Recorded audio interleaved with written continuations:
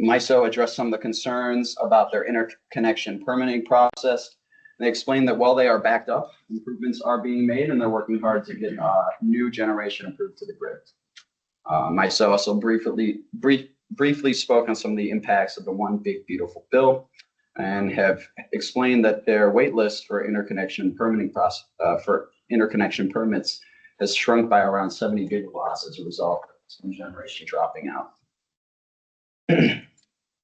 Including MISO, we also heard from the Purdue Forecasting Group. The Purdue State Utility Forecasting Group explained their role mainly as forecasting energy demand in Indiana, utilizing both open source information as well as surveys.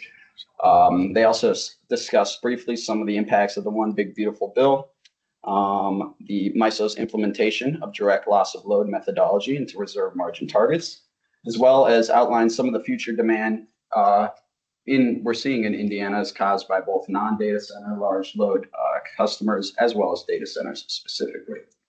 Finally, we heard from the Office of Energy Development, who presented on behalf of the Department of Energy. They presented was the feasibility for direct loss of load methodology in quantifying localized grid reliability. So data centers have a more local impact on grids, meaning utilizing direct loss of load methodology is a more reliable metric for determining how reliable a grid is overall.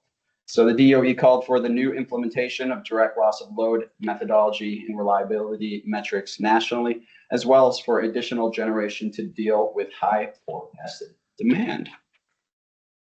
That wraps up my little recap here of our last meeting, October 6th. Mallory is going to speak next on some of the Purdue Nuclear Summit's activities. Yeah. Thank you. Let me pull up the slides.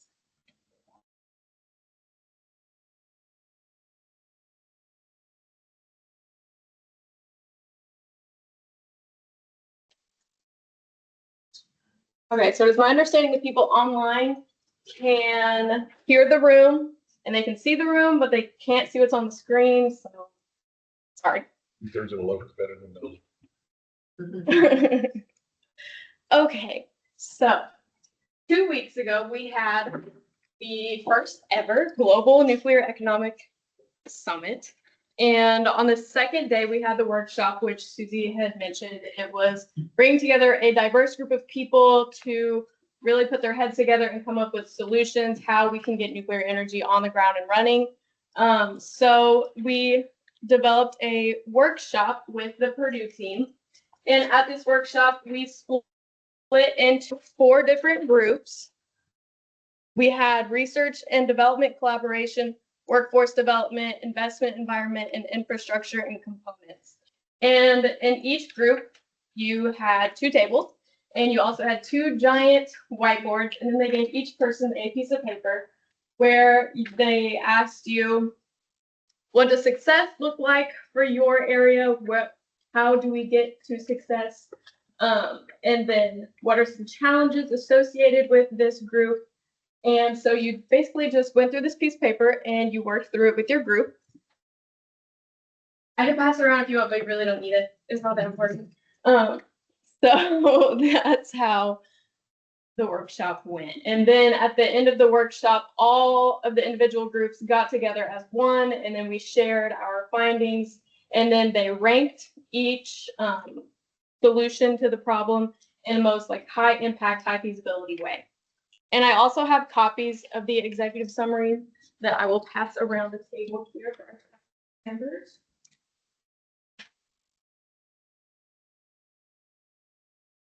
So the first question, what does success look like in 5 years? So the first area that they wanted to hit on was workforce and education pipeline. In 5 years, ideally, we will have a well-coordinated education to employment pipeline that connects high schools, trade programs, and universities to meet the nuclear industry demands. And then all of these are little points that could be individual milestones that support this broader goal. Next, we have statewide coordination and ecosystem governance. Indiana adopts a coordinated cross-sector strategy to position itself as a national hub for nuclear innovation, aligning policies, funding, and institutional capacities.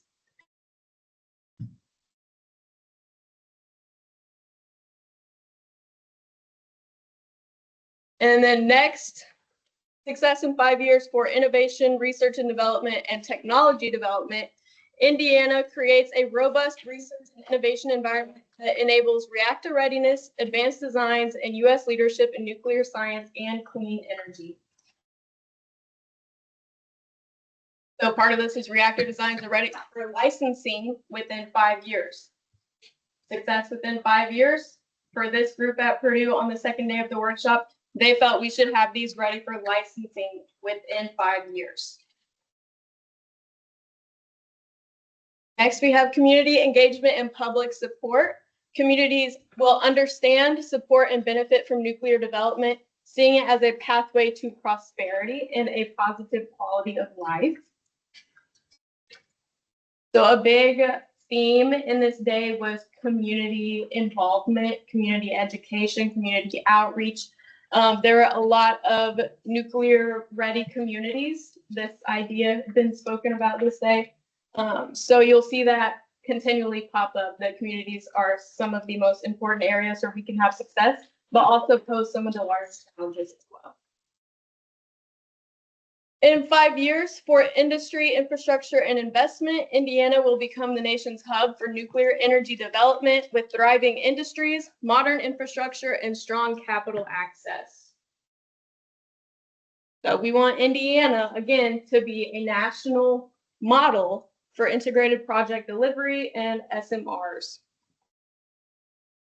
Next, we have measurable success in national leadership.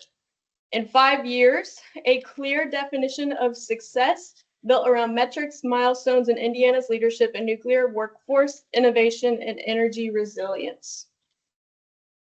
So here they have some very specific goals aligned with this one. So defined indicators, workforce credentials, construction readiness, and public support. And the next, so after we broke out for the first time in this group, we developed high impact and high feasibility main ideas. So your group, each of the 4 groups, they sort of submitted their ideas onto this online voting platform, and then everybody in the room had access to the platform and they could vote on which ideas they felt were the most feasible, which ones are most likely to happen, and then which ones are also most likely to have high impacts. And these are sort of the solutions that we came up with. So site utilization and incentives utilize existing sites to reduce development costs and minimize public pushback. So this is where we talk about the Rockport AEP plant. There was a big talk of the town on at the nuclear summit. So if we could utilize a coal power plant and just use all of those transmission lines and keep all of that infrastructure there, the workforce there, and then turn it into a site for a nuclear power plant, great. That's what we should be doing. We should focus on that. And then next, we should provide government incentives to repurpose abandoned sites for nuclear projects. And then we have education and awareness. Add nuclear education and trade skills to high school dual credit programs. And this serves to increase visibility of the nuclear industry professions, and it also expands access before college. Next, we could launch a public education campaign that includes plant tours and industry visits, outreach from the governor's office through social media or his weekly letters or things like that. And then we also have the K-12 nuclear literacy and STEM engagement programs. And there's also another really good idea mentioned that day about taking virtual reality tours of nuclear plants. I don't remember if Cook Nuclear Plant offers that or not, but it's a very good idea for somebody that can't drive 4 hours to the Cook Nuclear Plant, but they still want to learn what it's like to work one day in and day out. That's another great idea to start that community outreach. And next we have community transition and support. So we need to support the communities transitioning from coal to nuclear. We need to develop long-term power purchase agreements between developers and off-takers. So these power purchase agreements will provide financial stability, but they'll also reduce risk. And then we should also simplify the regulatory processes at both the state and federal levels. Okay, and then we have innovation and development. We should incentivize existing labs to focus on developing manufacturing capacity in nuclear supply chains.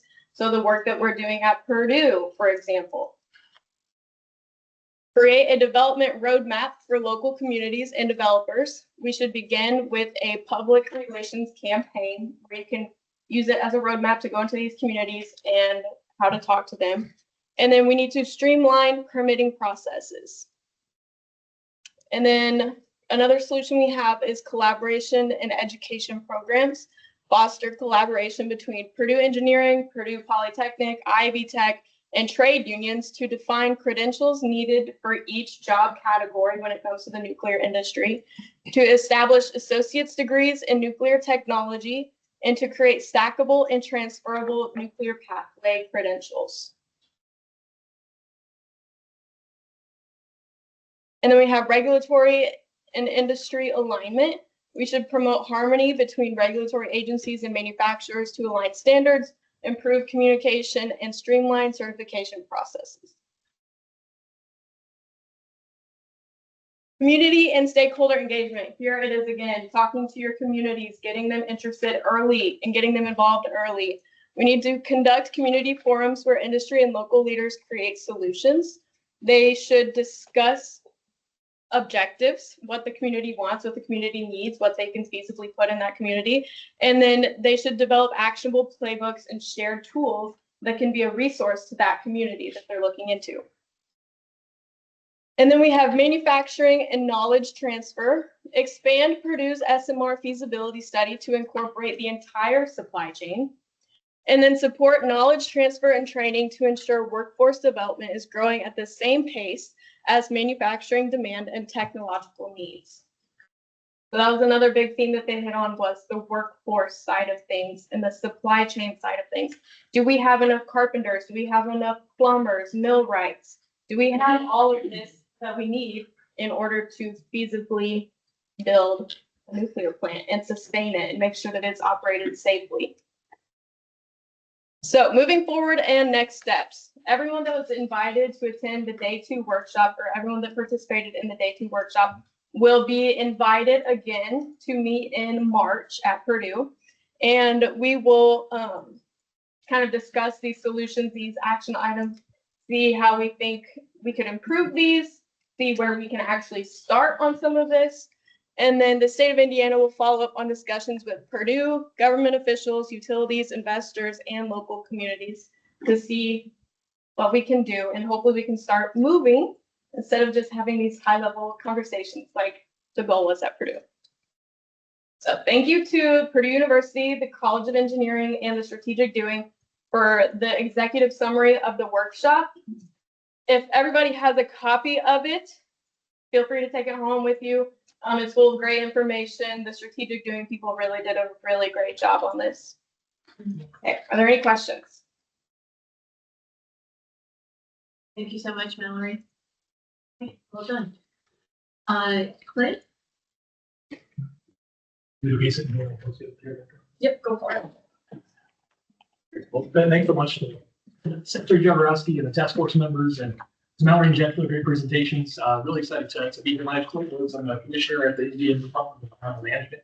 I've got my colleague, our assistant commissioner for the Office of Air Quality, Matt Stuckey, with me, because we're talking about some of the dynamic federal environmental regulatory environment where there's lots of changes, and a lot of that's happening under the Clean Air Act, which Matt ultimately is responsible for our implementation of the Clean Air Act. But wanted to maybe say a few quick things real quick, which is, those of you who don't know IDEM, we're the state agency responsible for air, water, and land permitting in the state of Indiana. The vast majority of our work matches up with federal environmental regulations. So for most energy generation or transmission or large energy users, we're the permitting authority they're probably going to be engaging with the most to get permits under the Clean Air Act, Clean Water Act, some of our state laws related to isolated wetlands, any solid waste or hazardous waste or land quality permits. So many times folks are engaging with multiple parts of our agency. We've got a really good track record and really proud of it. It makes us very competitive, I think, to hopefully attract the energy industries of the future and the energy intensive industries of the future. But a lot of that work requires us to be carefully aligned with federal requirements while also trying to find opportunities to be less burdensome wherever possible. So I wanted to talk a little bit about the ways in which that federal environmental regulatory landscape ultimately shapes the energy landscape. Sometimes can be misunderstood or not fully appreciated. So help you navigate a little bit of the alphabet soup. I know we've got the alphabet soup of folks who work in regional transmission organizations and electric utilities and who speak in lots of acronyms. There's a whole different world of environmental acronyms that help you maybe navigate a few of those, including some of the most impactful regulations, some of which have been kind of ping pong back and forth from recent federal administrations. But then ultimately, we want to weigh in and help shape to make sure that matches for the state of Indiana, for our agency, and for those that we serve in the public and regulated industry, but also communities throughout the state where we want permits that are environmentally protective, legally durable, consistent with federal law, but also really fast and efficient, and hopefully that will stand the test of time for future energy vision. So Let me make a comment, if you don't mind me jumping in quickly. Just want to let you know that Clint really does spend a lot of time with the US EPA, and he does go and testify there a lot. He has deep relationships there, and he worked there before coming to work here. And so think of him as a resource also to get your voice across to the US EPA if there are things that are challenging for us in Indiana. I think the federal level looks to Clint as a good resource, and we certainly take advantage of that relationship that he has there. And so we're really lucky to have him here in Indiana. And so let's leverage that opportunity as much as possible. appreciate it. As long as it doesn't require me to go back to DC too much, because I've escaped the swamp twice. I'm excited, and I think we're really well positioned as an agency, as a state, to help, I think, inform this intersection of energy and environmental. So I've got a few key takeaways, and I apologize in advance. I promise I only have 8 or 9 slides. We'll be quick. Matt will laugh when I say that because that's more of a gas than a liquid, and we usually fill the space that we have. So I'll be as quick as possible. But I've only got 9 slides, but too many words on each. But here, I just wanted to highlight, I think, from my perspective, 5 key takeaways that folks in this room have lived and I think can understand. I think it's worth zooming out a little bit. And this extends back for decades, but really, I think in the last 15 years in particular, federal environmental regulations, especially under the Clean Air Act, Clean Water Act, and the Resource Conservation Recovery Act, or RCRA, have been really, if not the, probably a leading driver of the vast majority of decisions when it comes to what our energy fleet looks like. And that includes decisions about retirement of existing assets, but also investments in the future. It includes what fuels we're looking at, but also the cost that's associated for ratepayers, and that ultimately goes to other agencies like the IURC for looking at things like cost recovery. But the degree to which federal environmental regulation has really driven the energy sector, and not just coal and natural gas and traditional fossil fuel generation and transmission, but frankly, the vast majority of things we're talking about here require some kind of permit from us on behalf of US EPA under delegated programs. So I think that's a really important thing. I've joked with Susie in the past. I used to work on Capitol Hill for the House Science Committee. We always had freshman members who would draw the short straw and get assigned to the Science Committee. But then they would usually want to be on the Energy Subcommittee to get really excited. And about a month in, they'd be in hearings about DOE national labs and things like that, and say, no, we want to talk about the energy stuff where EPA is overregulating. That's keeping us from making sure we got affordable and reliable energy. And I think that same dynamic really has existed to a particular degree over the last decade and a half. The second key takeaway, I think, is that many of these decisions, which are driven obviously by regulatory dynamics at the state and federal level, but also other pressures, right? And folks in the room from utilities and co-ops and municipal power providers and others know this world very, very well, but some may be voluntary commitments that they've made. Some may be under a little bit of pressure from global institutions or financiers and Wall Street. Some may be from consumer demand for certain characteristics of energy. But then ultimately, a lot of these environmental decisions and the costs associated with them have been enshrined in federal consent decrees, where there's a violation of a federal environmental law. Some of these date back decades, when the EPA has had various enforcement initiatives around things like New Source Review or NSR, where even what seems like a fairly tame modification to a energy generating unit could trigger new source requirements that are much more burdensome under a law like the Clean Air Act. But then ultimately those are signed between energy providers and Department of Justice, US EPA. IDEM is sometimes part of that, and that may commit to things like installing controls or retiring units or any number of things. So as we look at the fleet of the future, sometimes there's a few legal strands attached. We'll talk a little bit later about some emergency exemption provisions in federal law, including under the Federal Power Act that provides some tools for the extension of planned retirement of certain units. But then also they work through compliance with EPA regulations, so through things like compliance options and off ramps, but also ultimately talking to the Public Utility Commission across their states, in our case, the IURC, about integrated resource plans and cost recovery for some of those costs that ultimately will be borne by ratepayers. A few other key takeaways, I think that what's gotten a lot of attention over the last 15 years or so since the 2007 Supreme Court decision in Massachusetts versus EPA related to greenhouse gases.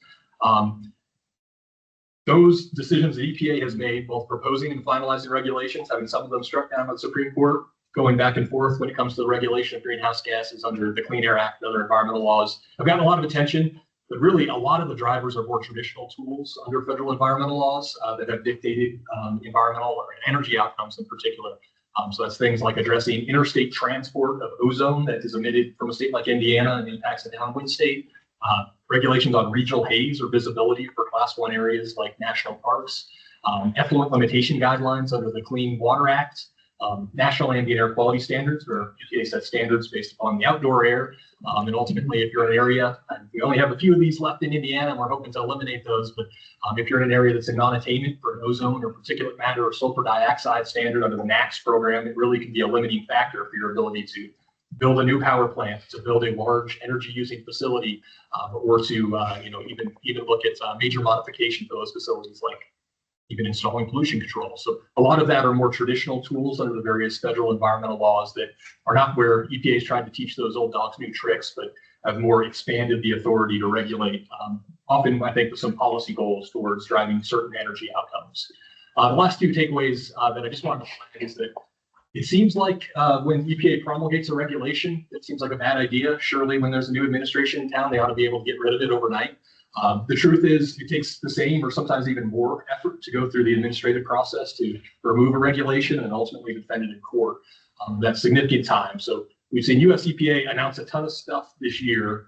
We've seen a few of their proposals, not nearly as many as they thought they were going to get to the latter part of this year, but more to come in terms of final regulations. There's opportunities for us to help shape that. But really, as we look at a 4-year administration at the federal level, unless they're looking at promulgating a final rule likely next year and being able to defend it in court, we may be subject to this ping pong back and forth. And so thinking about the uncertainty that comes with changes in federal regulations, I think it's important to contemplate. And then lastly, as I mentioned before, IDEM and other state agencies largely have responsibility for these delegated federal programs. And so our view is, in addition to a lot of implementing executive orders like 2566 that this task force operates under, and looking at opportunities we have to reduce burdens, to work smarter, to eliminate environmentally unnecessary regulations, there's also a lot more bang for the buck in engaging that federal process, where the vast majority of times that we get complaints about anything that our agency does, we usually are able to blame EPA and say, oh, that's a federal thing. But I think we have an opportunity with the current administration, with the timeline we're at, with emerging industries like data centers, investments in the artificial intelligence infrastructure that we're going to need in the future, I think, to help shape those things that ultimately will help make sure that we've got a effective permitting program here in the state. So I want to just cover maybe 5 super quick topics. There's going to be a ton of links on the page, and I'll work with Mallory to make sure we get these out to everybody in case they want to look. And I've got a very large appendix, which is largely drawn from some internal presentations we've done. If this sounds really boring, it kind of is, but we've done a series of kind of federal regulatory boot camps for the IDEM staff, where we've gone through, here's how federal regulations get made, here's some things where we can anticipate when a proposal is going to come out, and how we can weigh in that process. So there's a lot of tools in the appendix that you'll see. But I wanted to just cover at a high level state executive orders, including the one that created this task force. Secondly, I'll show you that there's even more energy-related executive orders and presidential memoranda at the federal level directing EPA to revisit certain rules, to change certain policies, to look at expediting certain processes, and then talk a little bit, skipped one, which is to cover maybe a little bit more depth some of the major regulations from US EPA and the Clean Water Act, Clean Air Act, and RCRA that ultimately impacts the energy future here in Indiana. Talk about some of the tools in the toolbox at the federal level, but also for stakeholders in the state of Indiana for addressing those federal environmental regulations, and then show a few illustrative examples of recent agency comments from IDEM and some other agencies around this table that we've weighed in on recently. So sorry for the small font, again, more text. I just wanted to mention these 4 executive orders. I think you all have seen these, but the first created this task force and asked us to look at streamlining agency procedures to look into affordable future energy costs for Hoosiers. So again, we think federal environmental regulations are a pretty big driver of that affordability and reliability questions. Second is one that I know folks around the table have been working hard on, including OED and IURC and OUCC, but that asks us to look at supporting life extensions for coal and natural gas facilities. And that obviously feeds into some of those federal consent decrees and federal regulations that have driven a lot of decisions in the state of Indiana. One that's a little bit more specific to IDEM is around practical approaches to climate and energy solutions that talks about the social cost of carbon and climate action plans, where we and other state agencies were directed to find opportunities to eliminate barriers to environmentally beneficial projects and eliminate red tape, but also pursue opportunities to eliminate or reduce harmful federal climate policies. So we've been taking on that charge pretty aggressively this year. And finally, one that created the natural resources and also went Secretary Jaworowski's vertical to review regulations, identify opportunities for policy codification and reduce regulation. So we view that as being very important at the state level, but also for the federal government. So here is another slide with way too many words, but I do want to spend a little bit of time on this one, which is, as far as we can tell, almost everything that is bulleted here is something that EPA has likely promulgated and then reversed and then probably repromulgated and then is now in the process of reversing for some key policy decisions under, on the left-hand side, the Clean Air Act. On the right-hand side, you'll see RCRA, in particular coal combustion residuals, a couple of particular programs under the Clean Water Act, and then some cross-cutting federal issues, all of which are extremely important and for which EPA has at least announced plans under the Trump administration to change their policies on certain things. So you'll see a couple of annotations. Any place where there's italics means that IDEM or some of our sister agencies have weighed in formal comments recently. We're looking at opportunities through congressional testimony, as Susie mentioned, or through written comments to help present our view. You'll see a few asterisks, which I think from our perspective are some of the biggest ticket items that sometimes don't get probably enough attention, that have really changed energy outcomes in the state of Indiana now and in the future.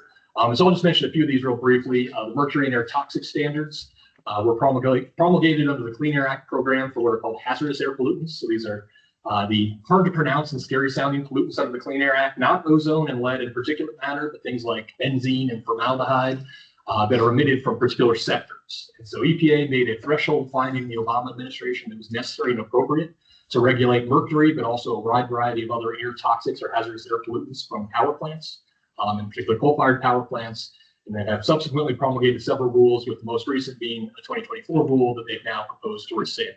And so we weighed in support of that. And then the second category there I've already mentioned, which is the National Ambient Air Quality Standards Program, really kind of a landmark federal environmental regulation under the Clean Air Act that ensures, based upon monitoring around the country, that we ensure that the air for 6 key criteria pollutants like lead and ozone and particulate matter, that the air meets or exceeds standards that are requisite to protect public health with an adequate margin of safety.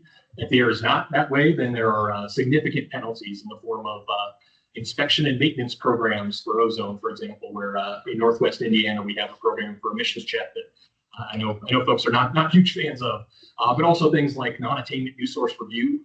So a program that requires you need to jump through hoops and have different offset ratios if you're in non-attainment to be able to build new stuff. So it can often be a real challenge. So for example, the 2024 particulate matter NAAQS, so where the Biden EPA changed the standard from 12 micrograms per cubic meter for particulate matter, and the units don't really matter. It went from 12 to 9. Which is much closer to backgrounds and is a real challenge here in the state of Indiana, but also across the country. And in a lot of ways, because we have to ensure that local areas will be able to attain that new standard, that is a real limit to the ability to permit new facilities in the state of Indiana. I'll just mention a couple others that we've already covered, but things like interstate transport has been a program you may have heard of. It's called the Clean Air Interstate Rule, or CARE. The Supreme Court struck it down, and then it became the Cross-State Air Pollution Rule, or CSAPR, which ultimately is a federal implementation plan of the Clean Air Act that requires states like Indiana to control ozone precursor emissions from power plants and also increasingly from other sectors that might impact non-attainment in a downwind area, like say Maryland or New York. There's significant costs associated with that. There's some recent court decisions that have given EPA the opportunity to recast that program.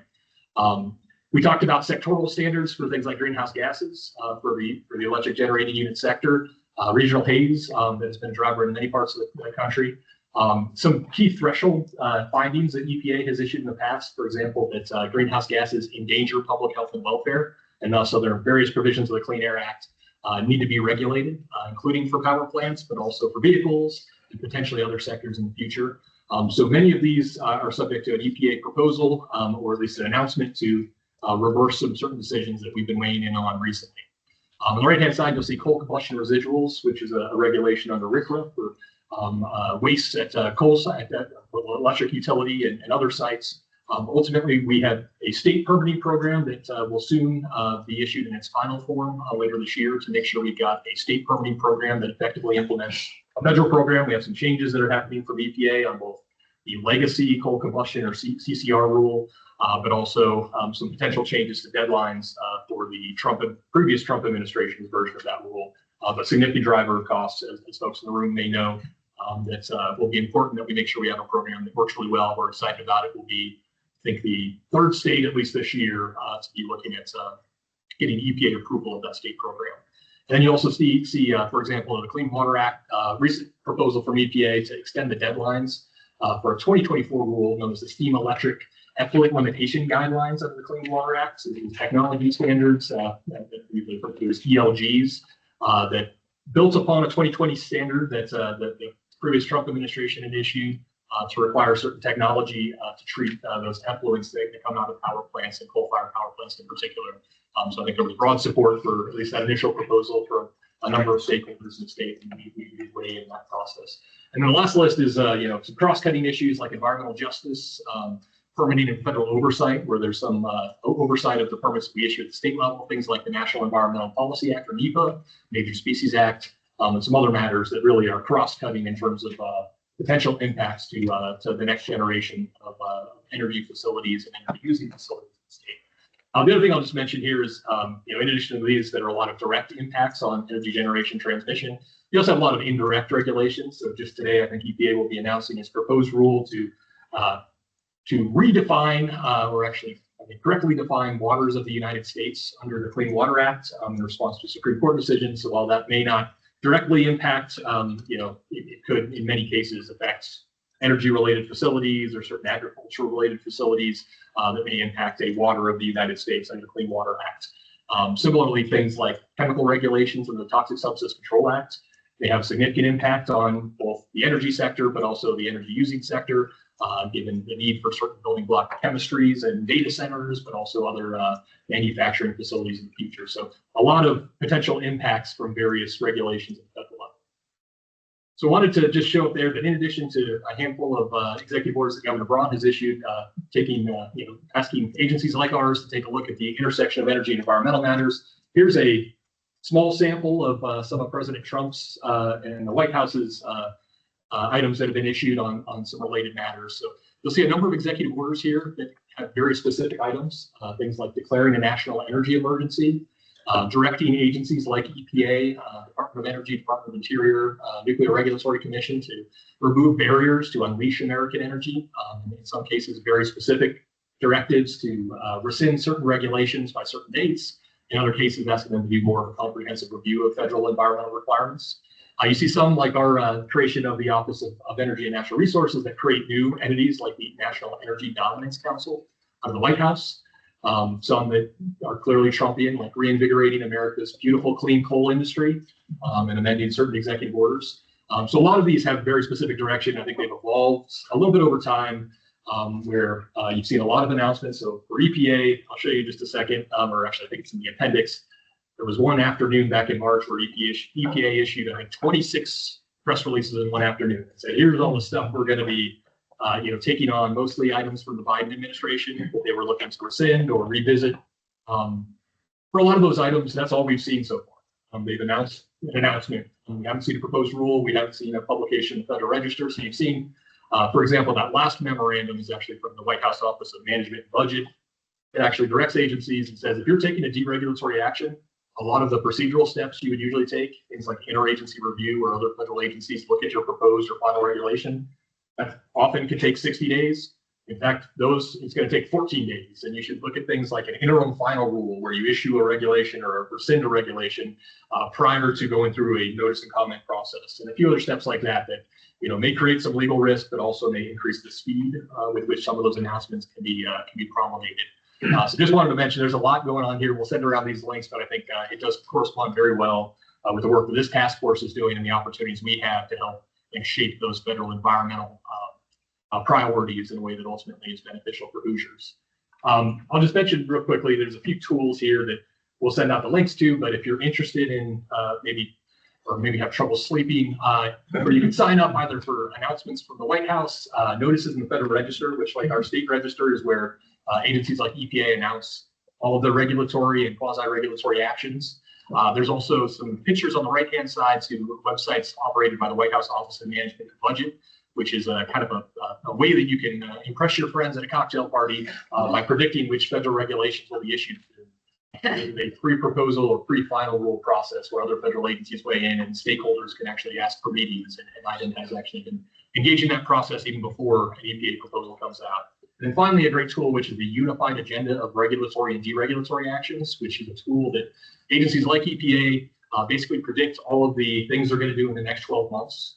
The Trump administration issued their spring 2025 version of this about 2 months ago, and at least provides a snapshot of when they think they're going to take certain actions. Can often be a valuable tool for anticipating some of those changes that may ultimately will impact folks that you're speaking to, or Hoosiers that may be affected, or agencies like ours that may need to implement those regulatory changes. So just a couple of quick things on this slide, which is just to say, as I mentioned before, the process of changing or rescinding a regulation is pretty complicated, even if it seems like it should be simple. So I'll just mention here, there's kind of four, I view it as categories of tools by which the federal government has been or will be trying to address changes in federal environmental regulations. First is the one that's most frequently going to be used, which is a full-blown process to reconsider through a notice and comment process under the Administrative Procedure Act, or some environmental laws at the federal level have their own procedural requirements that match very similarly, but generally at least 30 days of public comment. If it's a significant rulemaking, it needs to go through interagency review. The process can often take between 10 and 24 months. So not a quick process, but one where in which it can take a significant amount of time. The second tool in the toolbox that you've seen Congress use is, and in the mid-1990s was enacted by Congress, the Congressional Review Act, which provides a expedited process for Congress for certain regulations that happen to get promulgated kind of in the midnight time of an administration, where they can look back and with a simple majority of both the House and Senate can invalidate a federal regulation. In turn, in addition to that, it also is even more impactful than an agency reconsideration because it would prohibit a substantially similar rule in the future and also limit the opportunities for judicial review. You've seen Congress, with the current dynamics in DC, take action on a number of Congressional Review Act resolutions of disapproval earlier this year that have invalidated, for example, a number of EPA rules promulgated in the second half of 2024. A third kind of category is petitions to agencies. So that can include petitions for relief, but also for rulemaking, which could include deregulatory rulemaking. So there are tools under various federal environmental laws to ask EPA to go through a rulemaking process to change something. Also litigation. So Indiana is involved in litigation on a number of these federal environmental regulations, often with other state attorneys general.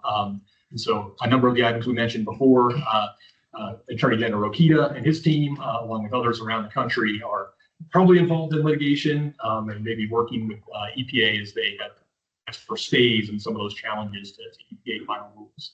And then the last one is very important. I know folks in the room know a lot about it, but various federal environmental and energy laws often contain provisions, as a lot of our do here in the state of Indiana, for various emergency exemptions and other expedited mechanisms for relief. And so, as I mentioned, President Trump has initiated a national energy emergency We've seen the Department of Energy issue under Section 202C of the Federal Power Act, based upon the emergency that exists by reason of an increase in demand for electricity or a shortage of electric energy, opportunities to exempt certain federal requirements, which can, in a cross-cutting way, potentially relieve an existing asset from having to comply with certain federal environmental regulations. There's also similar provisions, and the appendix that we'll send around has examples for the Clean Water Act and National Historic Preservation Act and Endangered Species Act. I also included here an example from the Clean Air Act, where EPA has actually issued waivers based upon national security and emergency provisions for certain regulations under hazardous air pollutant programs under the Clean Air Act. So that's another tool that we're seeing federal agencies use for at least short-term relief under some of these federal environmental regulations. So I won't belabor this except to say almost everything we talked about in the first few slides in terms of big, impactful federal environmental regulations, where we've seen EPA or in some cases other agencies weigh in. I think we've been taking every opportunity we have. So we'll circulate this list, but that includes testimony from Chairman Houston last year to the Energy and Commerce Committee. I had a chance to testify a couple of months ago at that same committee on permitting reform, but also pretty substantive comments. And frankly, I'll just speak for IDEM. I think we filed more comments in the last 6 months than we have certainly in the last 6 years, but probably the last 16 or 26 years. We've been really active, wanting to make sure that we're shaping these federal changes so that they suit Indiana, so that ultimately whatever's promulgated that we have to implement an item that it matches up with what we're looking for as an agency, what serves us well to strike that right balance between economic growth and environmental progress, as well as energy affordability and reliability. So you also see there we've had a chance to partner with some of our sister agencies and the Office of the Attorney General to file comments on some of those things. And so with that, as I mentioned, we've got several things in the appendix that we'll send around for folks, but sorry for being long-winded after saying I was going to be quick, but happy to answer any questions that folks might have. I really appreciate the chance to share the ways in which some of these federal environmental regulations, I think, impact the work of this task force as we think about Indiana's energy. How's your staffing to be able to handle potential future air permit applications? Great question. Matt, I haven't yielded to you yet, so you probably have several things, but I'll just maybe take a stab and see if you have anything to add. I think we got about 800 staff at IDEM. We've got, I think, a very, very good team. We generally, have some really good track record on this stuff. So we usually, it's about 50% of our allotted timelines under other state or federal law to issue, for example, a permit under the Clean Air Act. We also have the smallest backlog of any renewals of any state in the country. I think there will certainly be challenges as we look at growth in the future, but I do think we've got the right staff model to be able to meet that at the moment as we look at perhaps future challenging permitting programs. Does that match up with your thoughts? Yeah, generally, we're always have staff come and go, but we have a robust training program. So we're, as we get new staff, we get them trained up pretty quickly. We have a long history regulating or permitting large industrial sources, power plants, data centers. We've got several of those now. So, I don't see any problems with us filling those gaps as we need to. I think we're similar to most other state agencies. We've got about a quarter of our workforce is retirement eligible today, which keeps us up at night, but we're also onboarded 15 new people in the last 3 weeks. So we're trying to make sure we've got, opportunities to have folks grow into those roles, but also realizing we are, at a generational crunch time in terms of loss of some institutional knowledge by different roles, especially in our core programs. Make sure we can meet the program. Any other questions for Clint? Thank you. Thanks so much for that. Next, we have Luke Wilson, formerly from the IURC, now with the Office of Energy Development, and his new role as Chief Energy Policy Officer. And he's going to talk about the regulations impact on our utility crisis. Thank you, Madam Secretary. The appendix. I regret to inform you I will be long-winded. I will not be quick, like Commissioner Woods. I've not learned my lesson from the General Assembly, and when you give me the stage, I like to take up the time. So I apologize for that. Chief Policy Officer Luke Wilson from the Indiana Office of Energy Development. Here today, as the Secretary mentioned, to talk about rate making a little bit, regulatory impacts on utility prices. I apologize also in advance. This will be a little bit nerdier than my last presentation. Hopefully I'm able to stave off the yawns and go from there. So I'm going to quickly cover my key points from last month's presentation, go over rate making basics, rate making 101, Then get into regulations, some specific examples of their impacts on rates in Indiana, as well as looking at a recent study that looked at impacts on state rates nationwide, and then talk a little bit about House Enrolled Act 1007 from last legislative session, how it's meant to address rate impacts with large load customers. And so again, remember last month we talked about utilities are natural monopolies. Ultimately, they are granted exclusive service territories by the government, and they have an obligation to serve all customers in those service territories and provide safe and reliable service. As part of this regulatory compact, the government, or the IURC in this case, authorizes the rates and charges that a utility may charge its customers. IURC is required to be impartial, and it improves the ability of new generation resources and helps secures the cost recovery of investments made in generation, transmission, and distribution infrastructure that are found prudent. Indiana has seen a large change in generation resources over the past 20 years. We've gone from a very significantly heavy coal-fired state to one that is, I describe, all of the above. You see natural gas making up a third, coal about a third, nuclear remaining steady, but solar and wind rapidly growing. Part of that is because of, again, the three main things I mentioned last month: energy market economics. Renewable energy resources don't have fuel costs associated with them, so they compete well. Natural gas commodity prices are way cheaper now, so that made it a more attractive resource to build. Federal and state policies, so investment tax credit, production tax credit, have helped renewable energy resources be built more. And then you have the natural build cycle. Our coal facilities were 50, 60, 70 years old. It got more expensive to maintain them and keep them operating in some cases than to build new resources. So you've seen a natural transition in our resources over time as well. As part of that resources, what utilities engage in 20-year integrated resource planning, or IRPs, to sort of map out what generation assets are needed long-term to meet demand while delivering power at the lowest cost possible, while maintaining flexibility and optionality. You want to be able to pivot if policy changes, commodity prices changes, so you don't want to be locked in too directly, but you want to reevaluate every 3 years that 20-year plan, and that shapes generation resource choices. Remember, when they're trying to meet demand, you can't factor in just nameplate capacity. You have to factor in resource adequacy. What's the likelihood that generation can produce power at any given moment at time of need? So installed capacity doesn't equal production at time of need. So I have MISO on the left, PJM on the right. I apologize for the small font size, but I'll go through it quickly. They rate different capacity resources based on experience. So MISO here rates solar in the summertime at 38%. Nuclear's at 94%, but that changes in the winter. Solar goes down to 21%, nuclear is still at 91%. A lot of your thermal resources go down in spring and fall because that's outage season, but you see great progress by solar and wind during summer and wind during winter to sort of address that. And that changes based on your actual experience in those capacity areas. Utilities utilize this accredited capacity to build up what they need to serve demand at any given time. I want to highlight something I did just share last month. I wanted to highlight this month was MISO when they had a wind drought. So MISO has 31 gigawatts of wind capacity last summer installed across the footprint. But during a 19-hour period in July, that wind production, 31 gigawatts, is producing less than 1 gigawatt of energy at any given time.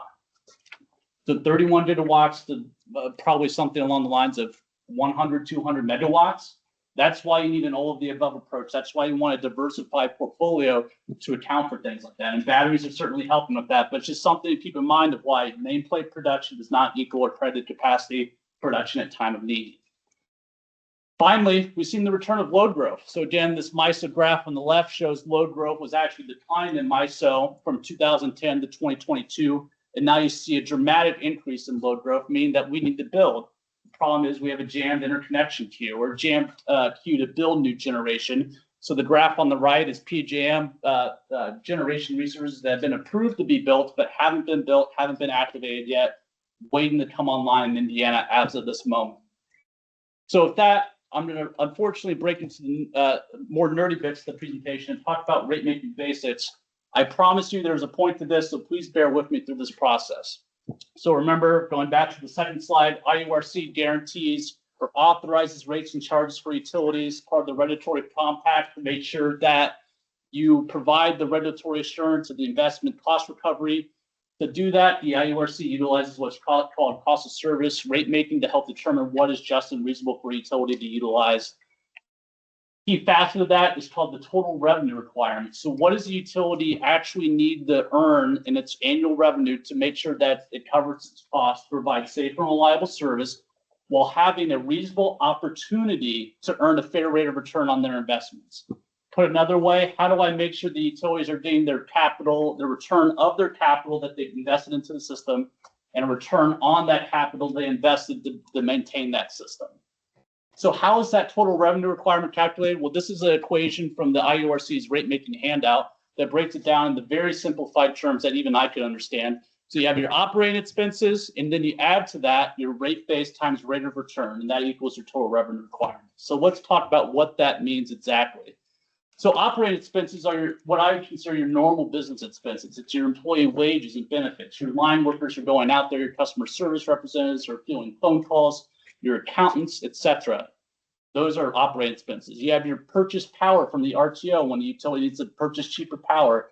That's an operating expense. Your fuel costs, what it takes to actually run your generation plants. Your insurance, your expert services, your legal fees, your accountants, your depreciation experts, etc. Some of your maintenance costs are all considered operating expenses. Utilities don't earn a return on those expenses. Those are pass-through expenses. So what's rate base? Well, rate base is your total investments in your long-lived assets to actually serve your system, minus any accumulated depreciation, or how I consider that your return of capital. So that includes things like your office buildings, your power plants, poles, wires, transformers, distribution, equipment, vehicles, and the working capital that the utility needs to actually pay its bills on time as customers are paying their bills as well. That's rate base. And what is rate base multiplied by in this case? It's rate of return. And that's essentially your financing cost of that capital investment. What are the interest costs of the debt the utility took out to make investments? What is the rate of return that an investor is asking for in order to give their money over to the utility to invest that into the system? That's your rate of return. So what does that look like practically? Well, let's take a look at this hypothetical rate of return calculation that shows your common and preferred equity, or your shareholder dollars, and then you have your long-term and short-term debt. Generally speaking, utilities want a 50-50 ratio in equity debt to make sure you minimize moral hazard and that you're making wise investment choices. So then you have your capital structure and your cost of capital. So this is your rate of return per individual thing. So your shareholder equity at 10%, 8%, and then your long-term debt just depends on what the utilities are getting from the financial markets at any given time for debt. So you have 7% long-term, 5% short-term. These are multiplied together to get your weighted cost of capital. And that in the bottom right is then your weighted average cost of capital for the utility. That's the rate of the return that the utility earns on its remaining rate base minus that accumulated depreciation. So let's look at it a different way. I like the way this is laid out. So again, 4 tranches of costs that go into your revenue requirement: your operating cost, your depreciation, so that return on or your return of capital, your financing cost, your return of capital, and then you have taxes as well, which is another facet I think it's important to realize, that those taxes are part of the revenue requirement that the utilities pay. So from that revenue requirement, then you need to break down, how do you charge your customers what's out there? You use cost causation principles. And so I'm going to separate these into 4 different buckets on this chart. You have your generation cost, your transmission cost, your distribution cost, and other operating costs that are part of your revenue requirement. So you take your revenue requirement, break it down these 4 general costs. But what does that look like? Well, let's take a look at a national average. You can see, according to the U.S. Energy Information Administration, last year, 60% of the retail electric rate was from generation, 26% was in distribution, and about 14% was in transmission. So that's what your big bucket breaks down into on a nationwide level. And why is that important? Because then you take those energy costs and you have to decide, well, how am I going to assess what a customer owes, or how much I calculate what those costs are? So you see 3 different categories here: energy, demand, and customer. So energy, think about that as what you use during an actual month. My monthly AES bill may be 500 kilowatts. That's my energy cost. Think of demand as what am I using at my peak time at any point in the month. Maybe I'm a manufacturer And at any given time, my maximum peak where I'm operating all my equipment is 1 megawatt. So that's a fixed charge based on how much I'm using at any given time. I'm usually on a sliding scale that assesses how big's the transmission line or distribution line or transformer coming into my equipment. That's sort of how you assess that charge.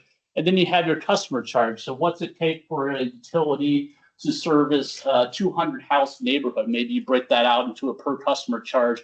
What's it take to run the customer service center? Maybe that's broken down into a per customer charge as well to assess what those costs are and try to allocate them.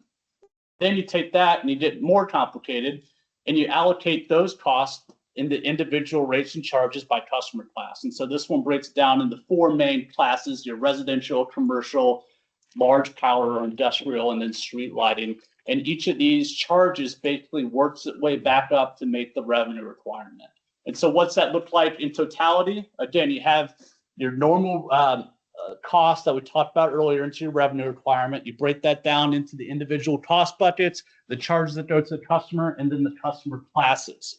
And so ultimately, that's how you're trying to allocate these costs to make sure the utility has that ability to provide safe and reliable service, that the revenue they need to have that, but also have a reasonable opportunity to earn a return of their capital that they've invested into the system. And so I go through all of that. Let's talk a little bit about regulation and the impact on rates that it can have. So I go over all of that because I wanted to show ultimately that costs flow into rates. Costs flow into rates. And guess what? Policy decisions impact costs. And so you're going to see me, I'm going to say this multiple times in this presentation. Policy results in cost, results in rates. Policy drives cost, cost drives rates. And ultimately, someone way smarter than me, I think, said it perfectly. In the United States, we don't have a command and control economy. We have an incent and achieve economy. We want to incentivize companies to act via policy. Those incentives drives investments, which are cost, and those investments need to be recovered via rates. So it's all connected. And so rate making is part science, part art. And so I just went over the science part, the cost allocation, the revenue requirement, making sure those costs are prudent, just, and reasonable. That's a science aspect. But the policy aspect is the art. What does the state, what do stakeholders want to prioritize? How do they want to incentivize utilities, shareholders to invest their money? Do you want to advocate for certain investments in distribution or generation types? Do you want to help subsidize certain classes of customers over others? Do you want more industrial customers to come in? That all changes your customer allocation, your cost allocations, and that's the art of rate making that you'll hear about a lot. And so ultimately, one set of policy choices that has impacted Indiana has been federal environmental regulations, which Commissioner Woods went through very well. I've exacted or put some specific examples that we'll talk about here in terms of rates, but the IURC has tracked this in a handout, and I wanted to show you how these policy choices have impacted Indiana. So remember, going back to the earlier slide, Indiana, going back to the early 2000s before, was heavily relied on coal generation. Investments made to keep plants operating ultimately need to be recovered through rates. Policy results in cost, results in rates. And then finally, Indiana enjoyed steady electricity growth rates in the 80s, 90s, into the 2000s until the Great Recession, and then energy efficiency efforts really kicked into gear, which meant that you had flat or falling electricity sales. And one question I want to ask you hypothetically right now is what happens when investments are made into a system that need to be recovered over fewer kilowatt hours? So ultimately, let's see, this is from a 21st Century Energy Force Task Force presentation the IURC made to the General Assembly a few years ago. And it highlights 2 areas of investment. And so net steam plan is essentially what's the remaining capital investments that need to be recovered from my electric generation resources. And you see 2 areas of investment. So you see, again, from the 80s on into the early 2000s, you're sort of slowly maintaining your systems, making investments, but as sales goes up, you're able to pay down those investments a little bit. But then environmental regulations hit in 2008 or 2005 to 2008, and you go from somewhere about $4 billion in net plant to $6.5 billion in net plant. That needs to be recovered in rates. You go on to match the mercury air toxins rule, and you go from $6.5 billion to over $8 billion in net plan or capital investments that need to be recovered through rates. That has an impact. What was that impact? Well, you can look at that in Indiana's national rate ranking, averaging our state level average electricity price compared to other states. In the early 2000s, we were a top 5 state again. Electricity sales growing. We're making normal maintenance investments into our generation plants, and so we're able to keep our rates low. But as those investments, you see that slope go up in 2001, 2002, 2005, 6, 7, 8. Indiana's rate ranking slowly starts to erode in terms of its competitiveness because you're having to recover those costs in your rates. That continues in the 2010s into the mid 2010s, and then it sort of plateaus in the late 2010s, early 2020s as you start to see generation resource mix change, but also you start to see other states having to make these similar investments as well. So put another way, let's look at that rate ranking in terms of investments again from 1990 to 2001, relatively flat. Rate rankings going up 22 to 2016, and then sort of flattening in 2017 to 2023. The Purdue State Utility Forecasting Group analyzed or projected what in 2012 what all these federal environmental regulations would do to the state. And I quote from the report, due to the state's heavy reliance on coal as a fuel source, Indiana is expected to experience a larger price increase than those projected on a regional or national level, which is what this is showing. How's that look in terms of actual cents per kilowatt? Well, again, you see Indiana, when we're making our normal maintenance investments into our plant, actually went down in our electric rates. When we're having to make those investments for certain policy decisions, our rates shot up higher than the national average, eroding our competitiveness. And then you see from 2017 to 2023, a leveling out in Indiana growing at a slower rate than the national average. Again, helping improve Indiana's rate ranking among these states. Now, that's an Indiana specific. Let's look at a national specific. This is from a recent Lawrence Berkeley National Lab report done in conjunction with Brattle that took a look at state level retail electricity prices and was trying to analyze what is driving those state level electricity price changes over the past 5 years. We're hearing about it a lot right now. Hopefully we'll get to go into the full report more in depth later. But what I wanted to pull out is a chart they had analyzing specific state policy impacts or actions that had an impact on rates. And what they found as driving increased rates across all the states were a couple things. Number one, utilities are investing in their distribution and transmission lines that are old or they will need to harden them. Natural gas commodity prices are fluctuating a lot. When Russia invaded Ukraine, natural gas commodities shot up. That had to be recovered through rates. That was a big impact on rates, especially in the Northeast and Florida. State renewable energy portfolio standards. Again, a state policy saying a utility, you need to source X percentage of your generation from renewable energy. Lawrence Berkeley Lab said that's driving an outsized cause, or that's an outsized cause of rate increases in states that have those. Net energy metered solar. Again, Lawrence Berkeley Lab says that's an outsized cause of increased rates in certain states that have net energy metered solar policies in their state. Also, they found that recovery from extreme weather, hurricanes, wildfires, storms, driving rate increases. But what's driving lowering costs in certain states? Customer load growth and market-based utility solar and wind generation resources. Again, using the IRPs, using formula-based allocation projections, trying to understand when's it wise to invest in those systems has helped certain states reduce or keep their costs lower than they otherwise would have been. And one other thing I want to point out before moving on is that there are fixed and variable costs in the system, and those fixed costs can decrease over time as your per unit sold number increases. This is from the Christensen report for the performance-based rate making study conducted for the IURC that's just showing the economics 101 chart in terms of as your quantity of electricity sold increases, your price goes down. And so I want you guys to make sure you keep that in mind from that earlier hypothetical question about what happens when you are trying to make investments, recover those investments over rates, over fewer kilowatt hours sold. Well, naturally, your average cost goes up. So I go over all of that because the General Assembly needed to react and set a policy for the state. And how do you deal with large growth, large load customers that are coming to the state? And how do you protect your existing and future ratepayers who aren't responsible for those rates from having to pay for those rates? And so that's how we ended up with House Enrolled Act 1007. Again, Indiana's electricity sales was relatively flat over time. And this is from the SUFG report from 2023. The new one will be coming out in the next couple of weeks. We'll have an updated graph of that, but expect demand to go up in terms of the near future because of large load for customers. And so some factors to consider that the General Assembly was weighing is data centers utilize significant amounts of electricity at a single site. There are cost pressures throughout the system, what we just mentioned earlier in terms of you're making distribution transmission investments, you're having to harden your grid against extreme weather events. Generation still makes up a majority of the system cost in America.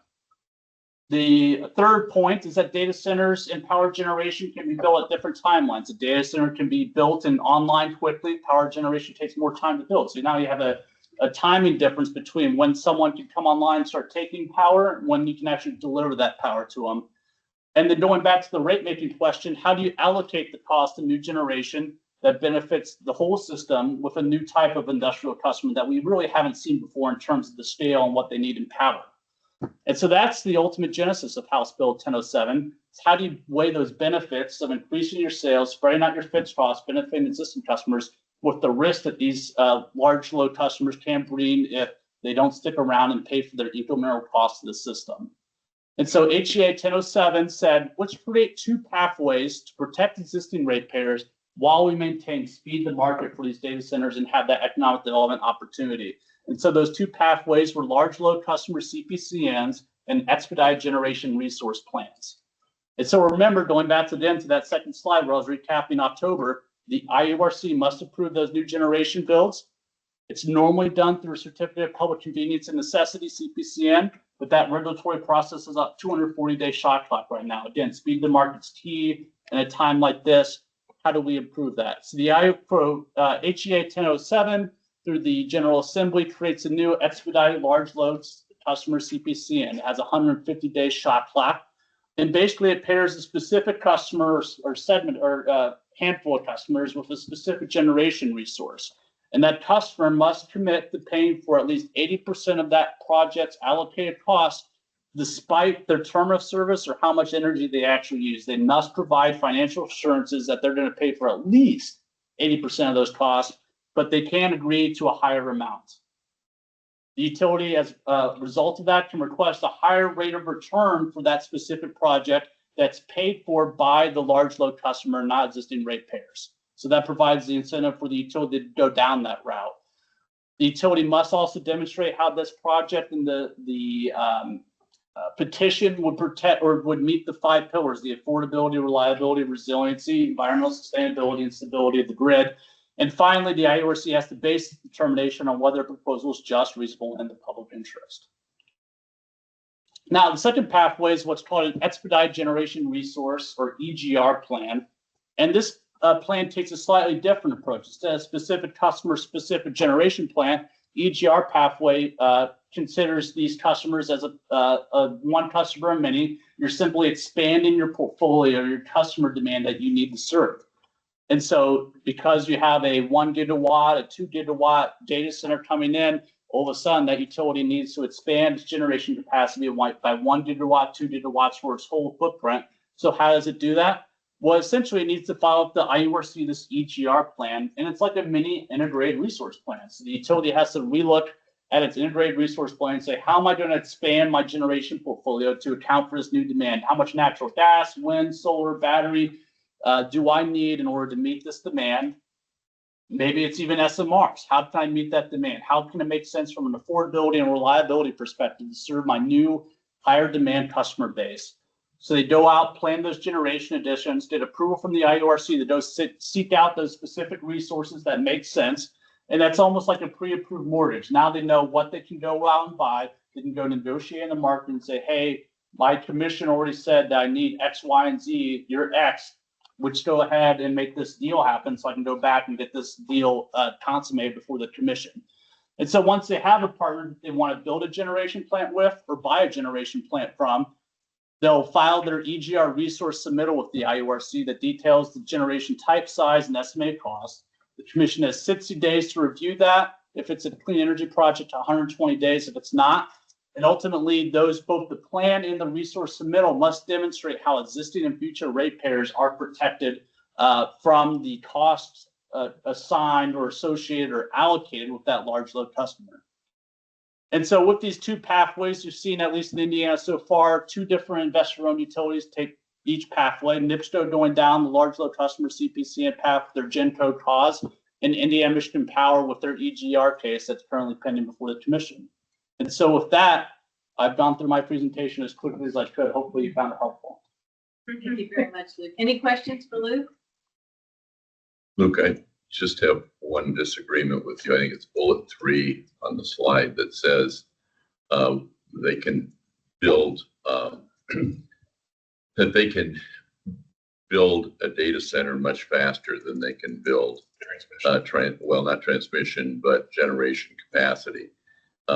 In the folks we've talked to, leaving out all the regulatory crazy, they can build gas-fired plant in roughly 3 to 3.5 years. If you look at the mega users, they're about 3 to 3.5 years to build. So the whole thinking was the two if they plan together, they have their electricity when they. So that's the part that I was a little confused by up there. Good point. Yeah, it's definitely true. Depending on the data, how big the data center is, how quickly they move, they can definitely. Yeah, there was an allegation by one that's in the room that a utility wrote NO7. I can guarantee you that a group of folks that did not include a utility worked on it together. It is a we job. We were very, very careful, spent months and months. So allegations that a utility wrote it are purely false, and we're going to start addressing that shortly. Very good. Thanks very much, Luke. I know that we get a lot of questions and a lot of incoming in the governor's office about rates, and that's really helpful information. You know, I also think it's really important to look at the EIA data and look at our neighborhood of states to realize that we are lower than our neighbors and that our legislature and our utilities have done a good job of maintaining affordability despite all of the things that we have been battling, especially going from a 90% coal state down to 39%. That's a drastic change in generation, and all the other factors that have changed over the last 15, 20 years to maintain the affordability that we have maintained, even though it still hurts that it's gone up so significantly. Looking at it in context of the rest of the country does give it a good, better feel, I think. So, what I'd like to propose is that we not build in our 15-minute break, but just keep going and invite everybody. If you need to take a break, please do so. You know, I hope this is a pretty informal group, so come and go as you need to. And speaking of data centers, let's invite Tom Dockich from Decennial Group to come up and give a presentation, talk about, and Matt Bell, who are here to talk about what it's really like on the ground being in Indiana and building data centers and the kind of energy needs and partnerships that are available. So thank you, Tom. I'm Tom Dockich. Built a data center in Hammond we started it in 2020. In 2017, we tried to do it in Illinois. Didn't go very well. So we came over to Indiana. In 2019, Representative Soliday and Senator Cook, we passed the tax credit, the tax language that essentially started this whole thing. So Matt Bell and I kind of helped. So if you like what we've done from a tax perspective and from a start the industry, call them. If you have a problem with what we did to start this industry, call Matt Bell. That's my starter of the whole thing. So, but we have a problem in Indiana. I've got some slides, but I'm going to talk about something different because Luke, you were good. What our problem in Indiana today is, I think there's two parts to it. We've got a transparency problem, and we have a misinformation problem. Data centers are now public enemy number one. If you look nationwide, when but there was a bunch of elections about, 3 weeks ago, governors and all these people, everybody was talking about energy policy. Everybody was talking about problems in electricity. Everybody was talking about data centers. So what I'd like to do is attack in this conversation two issues. First one is misinformation, and the second one is transparency. And I know this is kind of a different group, so some of this might be a little rudimentary to others, but I think let's take the misinformation and start on that number one. What exactly is a data center? Like, I know that's probably, everybody knows it, but let's set what actually a data center is. There are 5 elements to a data center. The first one is you have to have a piece of real estate, and the real estate has to be situated in a space or someplace that makes a certain amount of sense.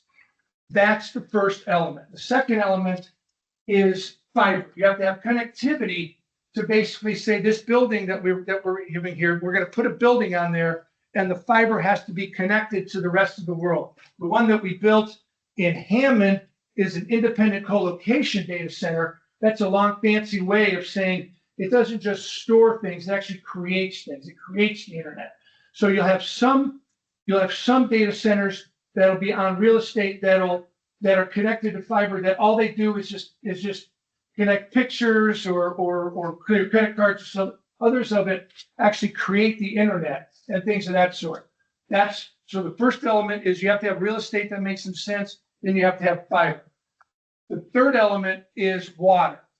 Now, water goes from misinformation over into the transparency issue. Today, for the last year and a half or whatever it is, I've been going to remonstrance all throughout the state in different places. There's a bunch of them going on. There's probably some going on tonight that we don't even know about. There is so much misinformation out there about how much water is being used. When we started in Hammond, we built a water filtration system that was literally on Lake Michigan, and it takes water out of Lake Michigan and uses it because we're using so much water. Today, the data center industry and everybody in the room we have to do a better job of explaining that the amount of water that we're used is de minimis, that there is not a lot of water being used to cool data centers today, and that's been something that's really important for what I'll call it my industry, is to get it to the point that water is not such a big problem for us. We're doing a bad job in our industry of talking about water, so that kind of goes over from the transparency issue. Let's set it all up over into the misinformation. The fourth element is incentives. So when we passed the rule in 2019, incentives were truthfully the biggest issue that we attacked. Indiana's incentive package, we couldn't compete with Maricopa County and all these, this off in half a dozen places. So what we wrote was the most developed and important incentive package in the country. It literally changed the way that dozens and dozens of places looked at it. Today, those incentive packages, variations of them, are all over the place, but now we've got more locals are being involved in incentive packages. More locals are paying more attention to those incentive packages. And on a state level, what we've done so far, what we did in 2019, is a model for other places, but it's tomorrow. We have to look at tomorrow. We didn't anticipate at the time that we did this that we'd be talking about 1 gigawatt data centers. We built these incentives to be revolutionary for the state, but the industry's gotten so big, and the legislation is flexible. And I would argue with anybody that says it's not flexible enough to accomplish where we are today. But we need to look at those again. And the final element, so we got 4 elements we've talked about. You gotta have a piece of real estate that makes some sense. You have to have fiber, you gotta have water, you gotta have sense. The last one's the energy element, which is obviously what we're doing here today. So combating misinformation and transparency. Lack of transparency causes a lot of things cause misinformation, but lack of transparency is a big element to misinformation.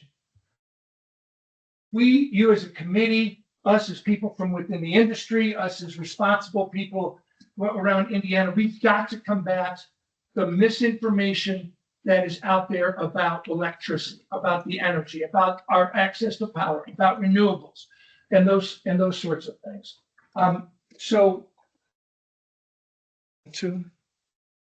It's a problem. Every data center, when you build a data center, you've got roughly, it costs roughly 10 to 12 million dollars per megawatt. So if you have a 100 megawatt data center, that's $1 billion to $1.2 billion. You multiply that 10 million times 100, that's what you get. We're talking about 1 gigawatt data centers. Those are, I mean, that's an astronomical number, but that's just for the building, and that's just to put the power in there. The definition of a data center involves the building, power, and the ability to connect it, to bring things into it. So the way we get to these massive numbers is the actual building to actually heat and cool this thing is basically $10 million per megawatt. The technology that goes inside it is $25 to $45 million. So what that means from a data center, let's say this room is the data center. It's going to cost us $10 million a megawatt. We're going to we'll do $1 billion data center. It'll be 100 megawatts, which is a lot of money. Inside this building will be somewhere between $25 and $45 million per megawatt. When we're going to build a data center, 100 megawatt data center, you've got something north of $25 billion, or I'm sorry, $20 billion into the thing. That's just simple math. That's what a data center is today. The transparency involved with that, I think, as policy, we want people to know that's the level of investment. We want people to know that somebody might be a bad guy, somebody might be a good guy, whatever. It gets blurred with when you start talking about water. Their technology takes more water than this. Okay, we can talk about water, but it's solved. What's not solved is the fact that this number is staggeringly large. That money is coming to Indiana, or it's not. There's a halo effect to this number here, and that is in the technology sector, those jobs come here. Under the bill that we wrote in 2019, all that revenue for this $25 to $45 million in order to qualify for those tax exemption has got to come from local vendors. It's got that money is going to generate on some level some local jobs. I don't know how to quantify that.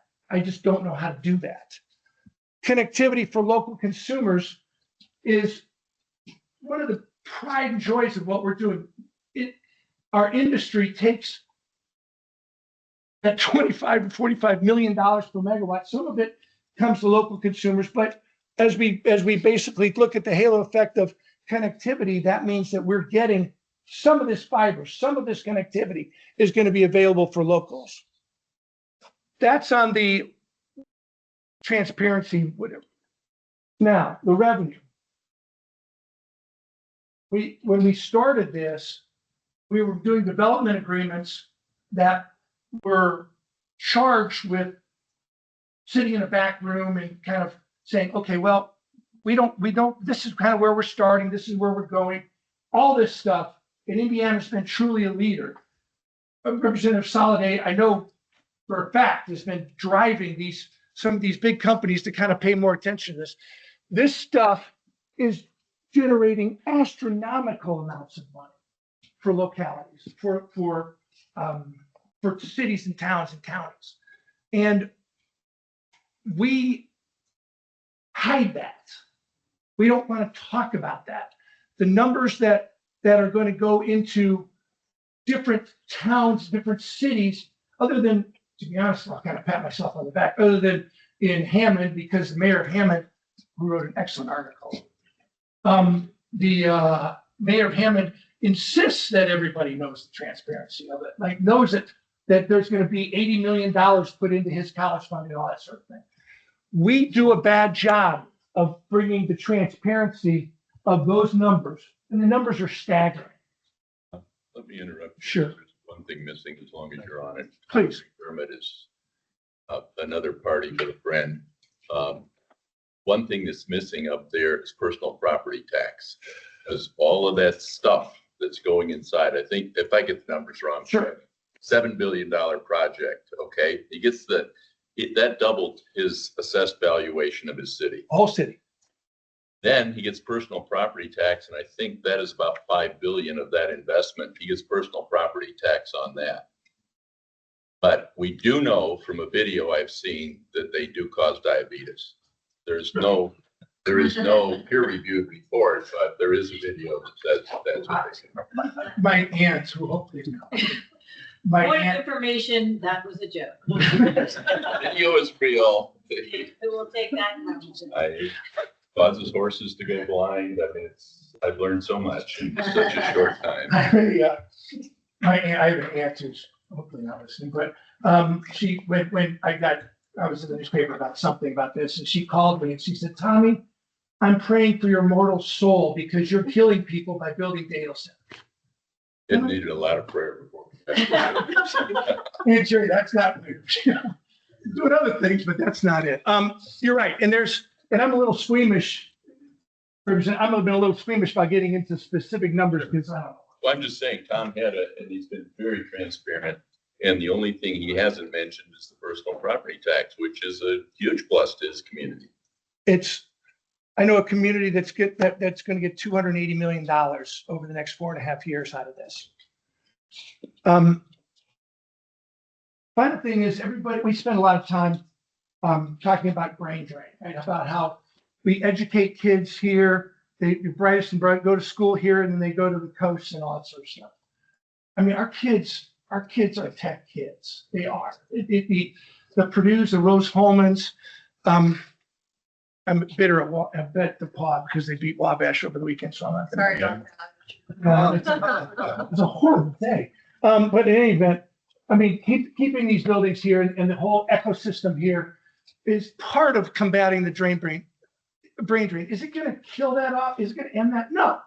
But if we don't have it, they're going to go to Ohio or Illinois or wherever, and it's just not what we're going to do. So if we take this and Secretary, I told you I was going to talk about something else, but in talking about this, Luke did such a good job talking about where combat misinformation and transparency.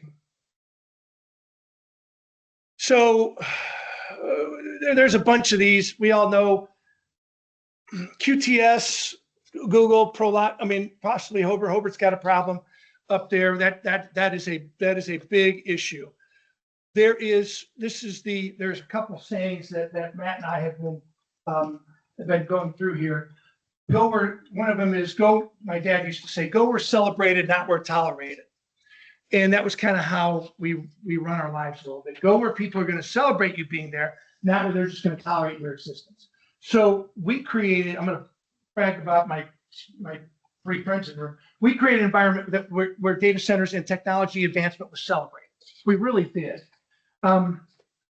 We're now in a spot where, and I firmly believe this, because of misinformation and lack of transparency, and that if we solve those 2 issues, about 70% of this other stuff is going to solve.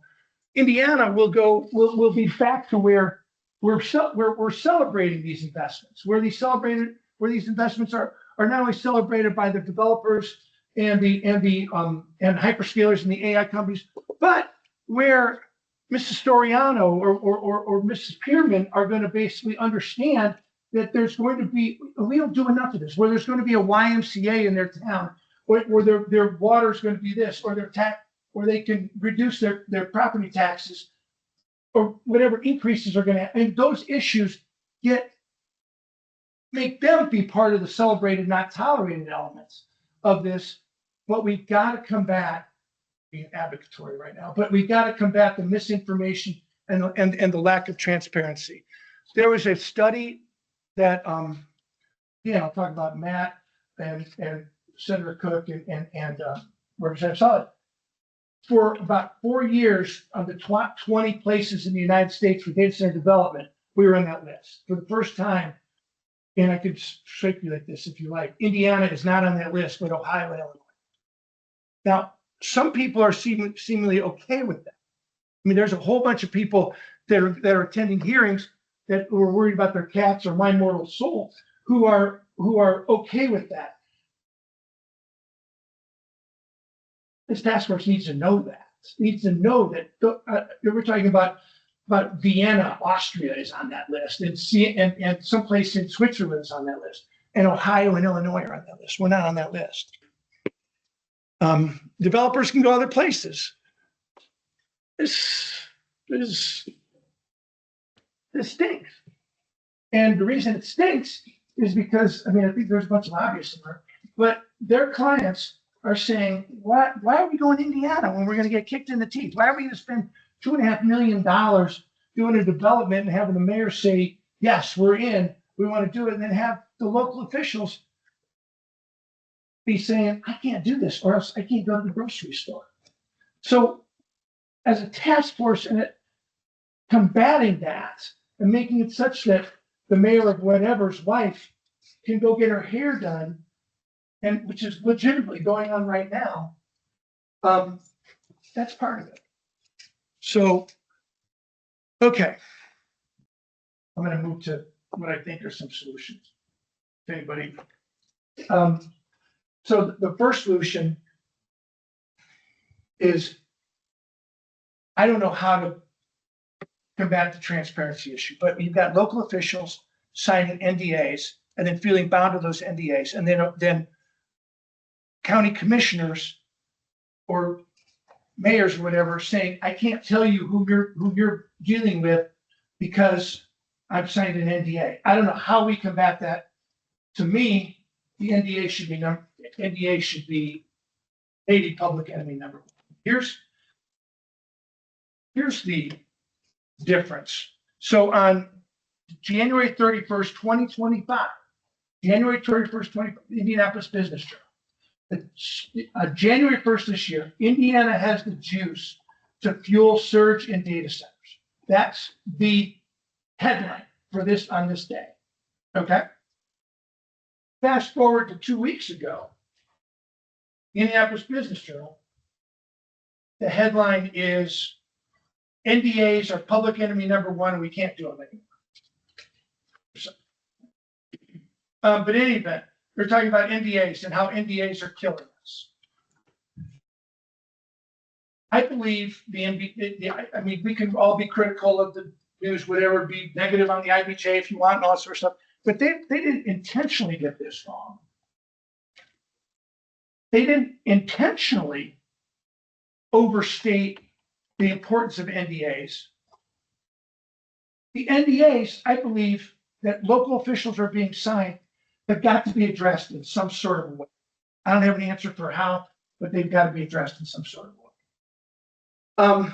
Number two, we as leaders in this thing have got to take the stress off the local officials.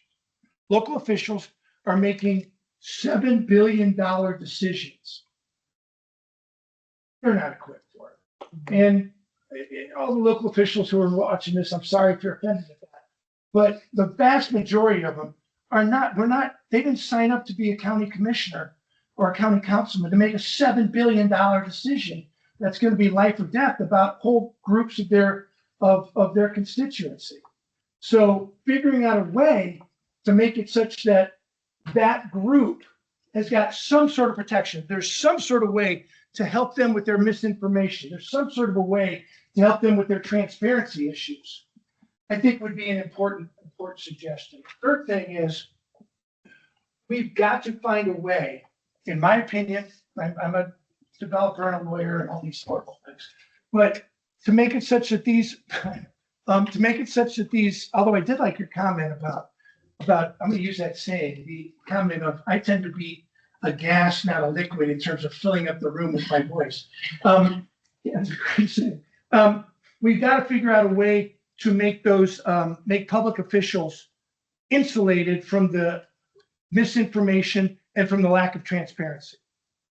If a data center, if a developer is going to put a data center in a cornfield that's next to a school that's surrounded by an orphanage or whatever, whatever it is, and the lines are going to be going, okay, that's the wrong spot for a data center. So that's the problem. It's not, so solve that problem. Don't solve the problem that no data centers anywhere in fill in the blank county, because that county needs the $50 billion or $50 million or whatever. And there's some stuff there. So taking them off the middle of it, to me, makes it such that that public officials understand that they can't lose the revenue. They've got to get that revenue through the door. But the misinformation and the lack of transparency ties their hands and then makes it such that people can take shots at it. Permitting is great. I think we're really good at that as a state. You guys, you do a wonderful job at that. But our PPA system, public-private partnerships, those agreements, I think the energy companies have to be in that. And the energy companies have got to be a part of that now. And it's just not developer talking to mayor, bringing and sending the energy companies to be in that group, to me, would be part of that.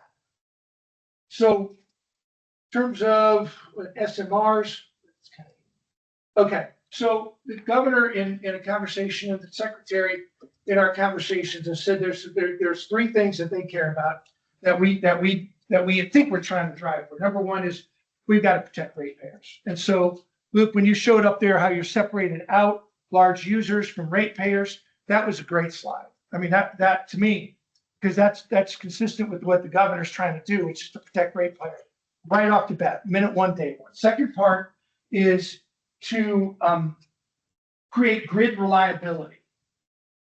Everybody in the room has got their own sense of grid reliability, and I'm not going to do the same data center definition that I did. But somebody figuring out what grid reliability means, I don't know who that is. And the third part of it is next generation. SMRs, everybody, the governor's very clear in our conversations. SMRs are part of tomorrow. First American Nuclear, I don't know if they're in the room, but I know those people very well. I mean, I think they're conscientious, and there's a whole bunch of others that are conscientious. So finding ways to expedite to that is. Thank you. Just a couple comments, Tom. One, House Bill 1520, assured reliability for our state. Nobody wants to ignore what we've done. Very clear. They've got to have their footprint. They've got to have hard contracts. The IURC can order them to build more. And they are a 3-year lead time, so it meets. Everybody wants to ignore it like we didn't do anything. The thing we can't control is that we sell our electricity to MISO or PJM, and we have to buy it back. So if Illinois and Ohio don't do their job, and we produce 300% of footprint, we could still have brownouts. So we can't control the other states, but we have done our job, and I'm tired of hearing we haven't. There is an agenda behind this. We need reliability, and that's to burn coal.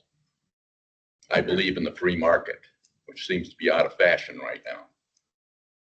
Number two is that we keep talking about rates. I haven't had a single company say we haven't delivered the energy they need when they need it. We built systems so they will have electricity when they need it. They are not complaining about Indiana rates. We're competitive. except for Kentucky, which has the whole South and the whole West paid for in TBA subsidies.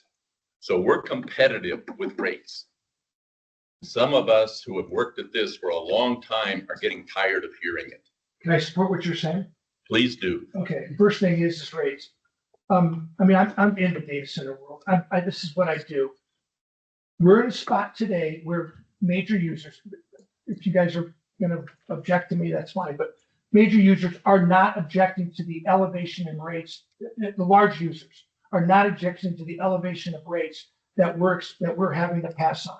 It's just, you're right. You're 100% right. That is not the issue.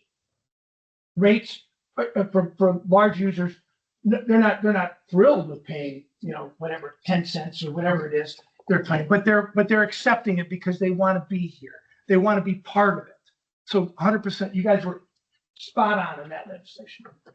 Going back to your first point, Dan and the four of us will remember that when we built this data center relative to coal, there have been three. This is Indiana leadership. There have been 3 coal incinerating power plants across the country that have been repurposed from coal incinerating power plants to data centers.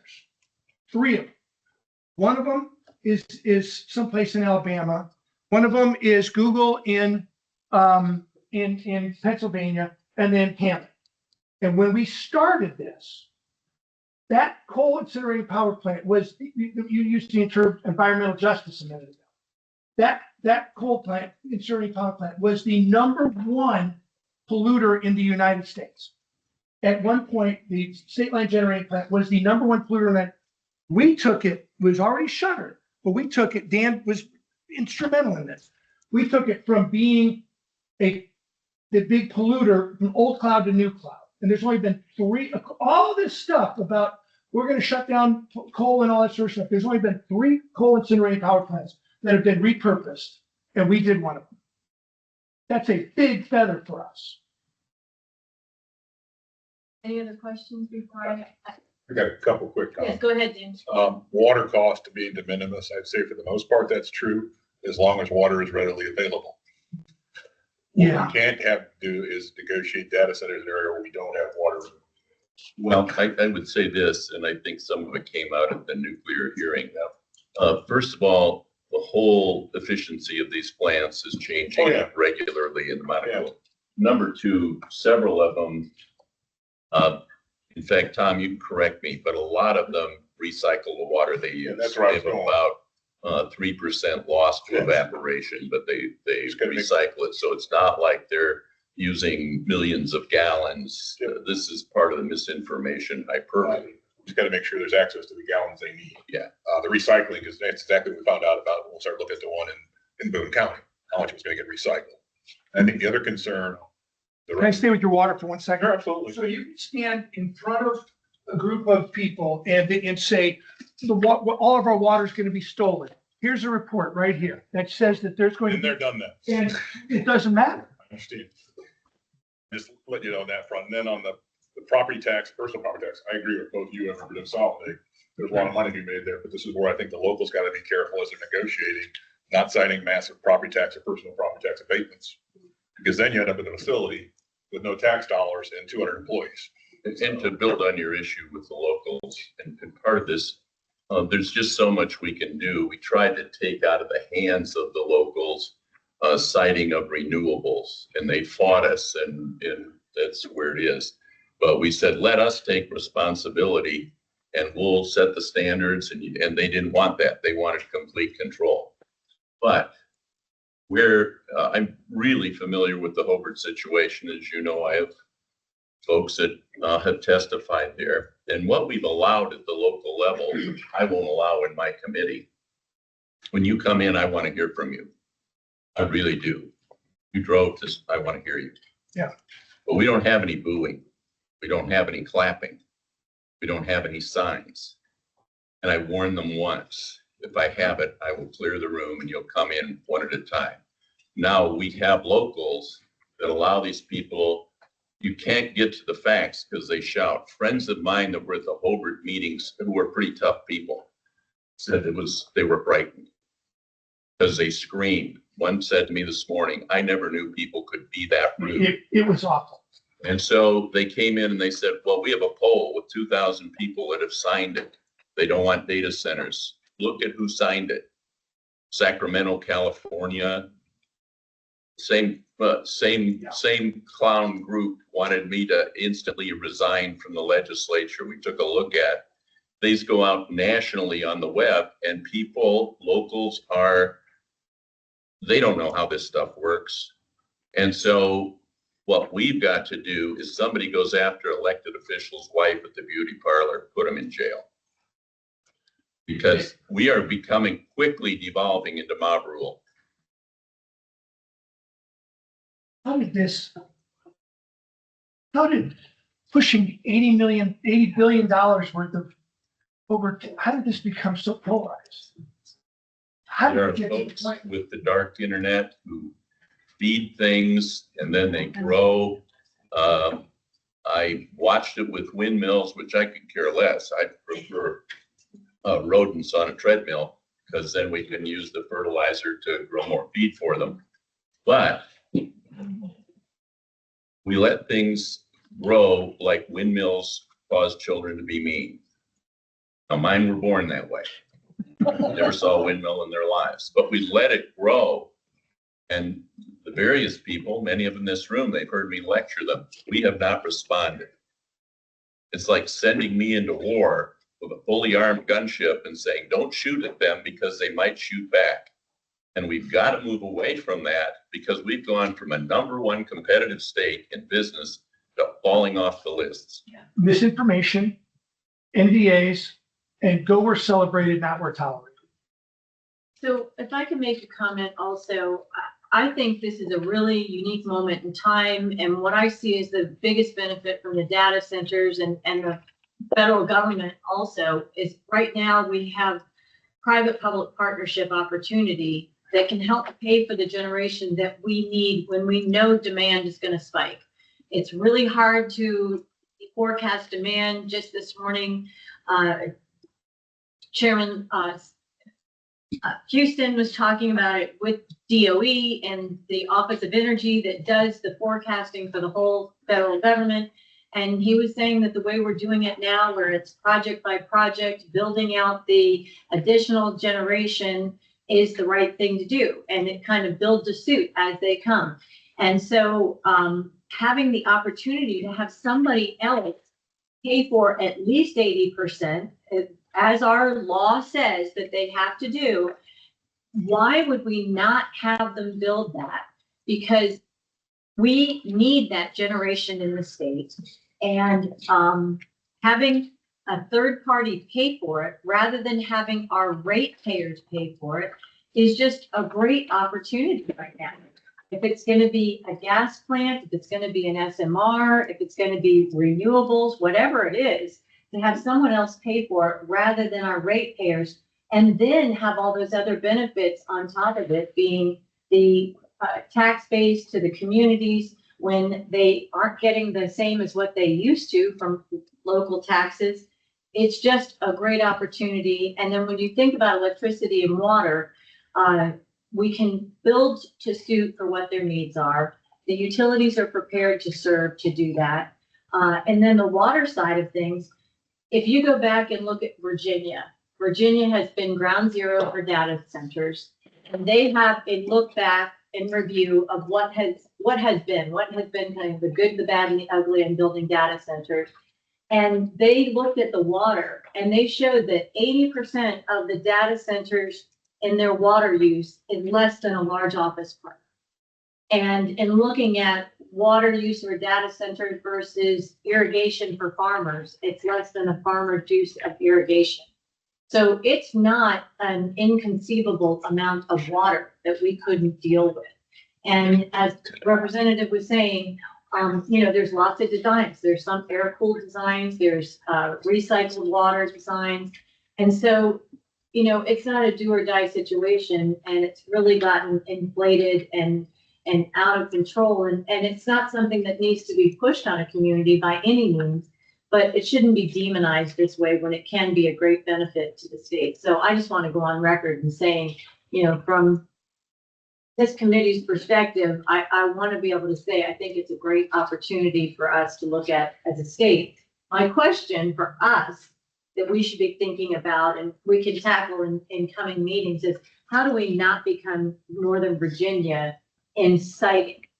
The data centers are littered all over Northern Virginia, and it's not a good look. And I think that's something that we do want to avoid as a state. And I don't know what the answer is there, but I hope that we can think about that as a group and how we can incentivize where they can go so that there can be kind of an energy and industrial hub, that those can be sited in places that it doesn't become an eyesore. I couldn't agree with you more on this. And I think one of the problems when we talk about how did we get here, I think so much of this is just vision. This is all happening so quickly. Society has not kept up with technology. We've certainly seen this on the law front at the federal level. There's a mismatch. And when we don't know where things are going and how it's going to apply to me, it's no wonder people are getting scared. Absolutely. And so a lot of this really does come down to education, right? Trying to get past that distrust of government, distrust of, big businesses, whether it be utility companies or whether it be data centers, right? The big five, we're all starting to see this. We have also all delivered. For the first time with 1007, we now have to talk about how our customers are protected. So if there was any concern about where that was going, we file evidence to that. That should give everybody some peace of mind, right? When companies are coming in, and we're starting to see this more and more, they're standing up, they're testifying, they're trying to provide their plan. I think that's only going to improve going forward. Now, one thing I will point out, and this is the tough side of things. There are a lot of opponents. We saw this actually happen in one of the House committees. A woman spoke up and she said, I'm here and I'm actually against this bill. And it was like, well, why are you against this bill on siting? She says, well, I'm against this bill on siting because if we address this, a data center could come and more energy is able to be built. Well, what's wrong with more energy being built? It's the energy that's powering our economy that people are opposing, right? We have numerous groups who don't want more power, who don't want more natural gas, right? They want the coal plants closed. They also want renewables, but we know, and we absolutely support renewables like the energy industry, but it all comes with a balance. This is why that all of the above approach to energy has been and will continue to be so important.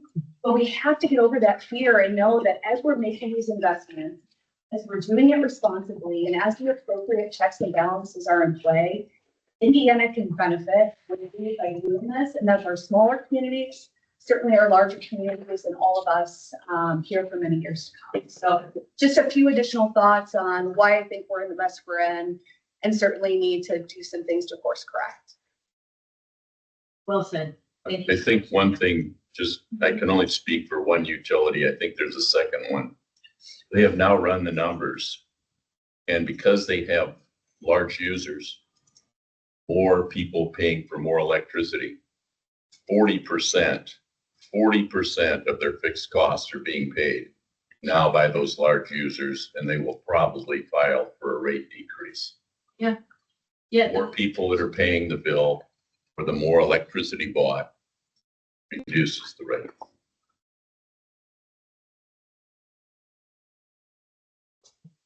Any other questions for Tom and Matt?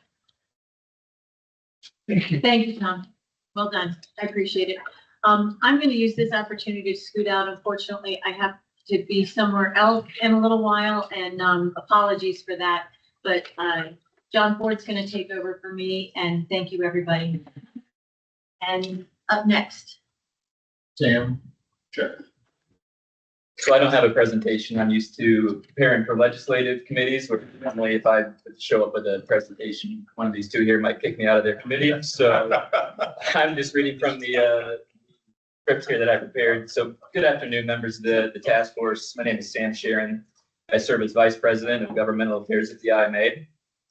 From a manufacturer's perspective, the supply of reliable energy and allowing our utilities to provide electric service to meet demand is vital. It is a continuous high volume requirement to run our blast furnaces, power our production lines, operate advanced robotics, and move goods across the nation. The data from the EIA is unequivocal. Indiana's industrial sector is the state's largest energy consumer, accounting for approximately 45% of Indiana's total energy consumption. The share is significantly higher than the national average, reflecting our deep historical strength in energy-intensive industries like steel, chemical, pharmaceutical, and auto manufacturing. When we talk about demand, we are talking about the productive capacity of the state itself. Every unit of electricity we consume translates directly into jobs, capital investment, and Hoosier products being shipped worldwide. So how is energy demand expected to grow? The challenge before us is that this already heavy demand in the state of Indiana is posed for a truly unprecedented surge, driven by three converging factors: electrification, reshoring, and hyperscale data centers.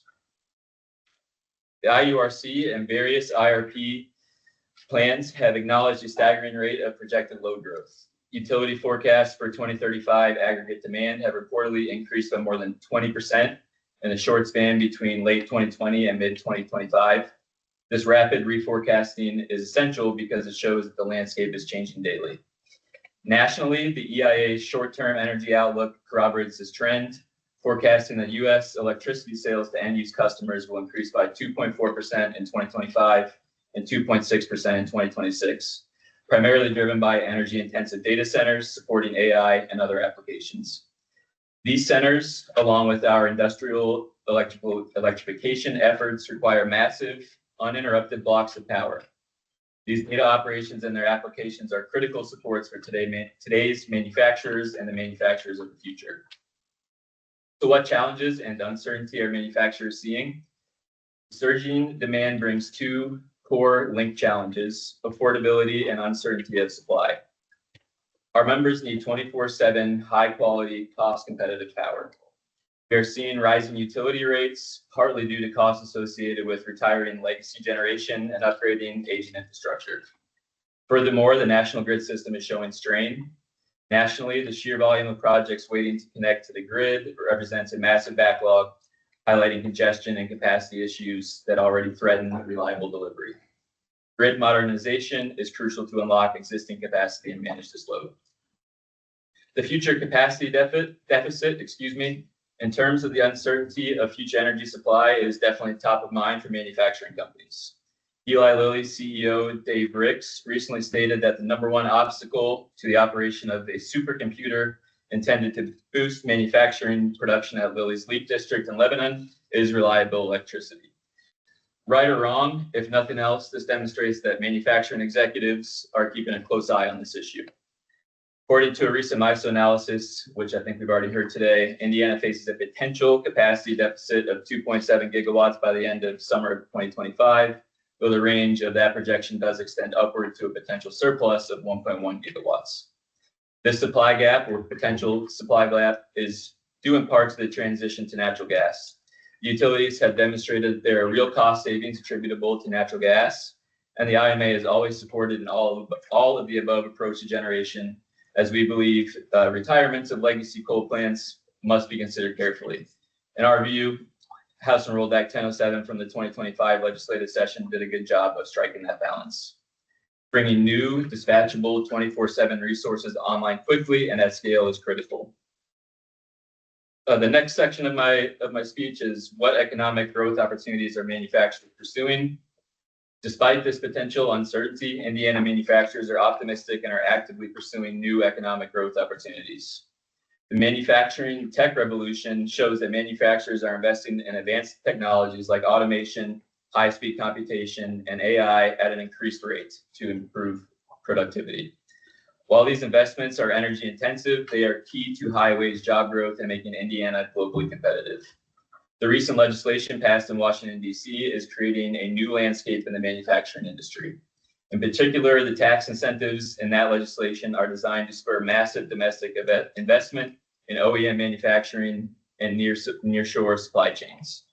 The CEO of the National Association of Manufacturers has described the One Big Beautiful Bill Act in the following way. If the manufacturing industry asked for 10 legislative items, we got 11. We are positioned to take advantage of these incentives, provided the power is there. One of the most significant long-term opportunities for the manufacturing industry in the state of Indiana is the adoption of small modular reactors. Recent Purdue University study commissioned by the Office of Energy Development confirms the transformative potential of these devices. SMRs offer a path to 24/7 carbon-free electricity that is dispatchable and scalable. This report suggests that repurposing retired coal plant sites, as was just mentioned just a moment ago, could significantly reduce project costs and crucially establish Indiana as a manufacturer and supplier of nuclear power plant equipment in the nationwide supply chain.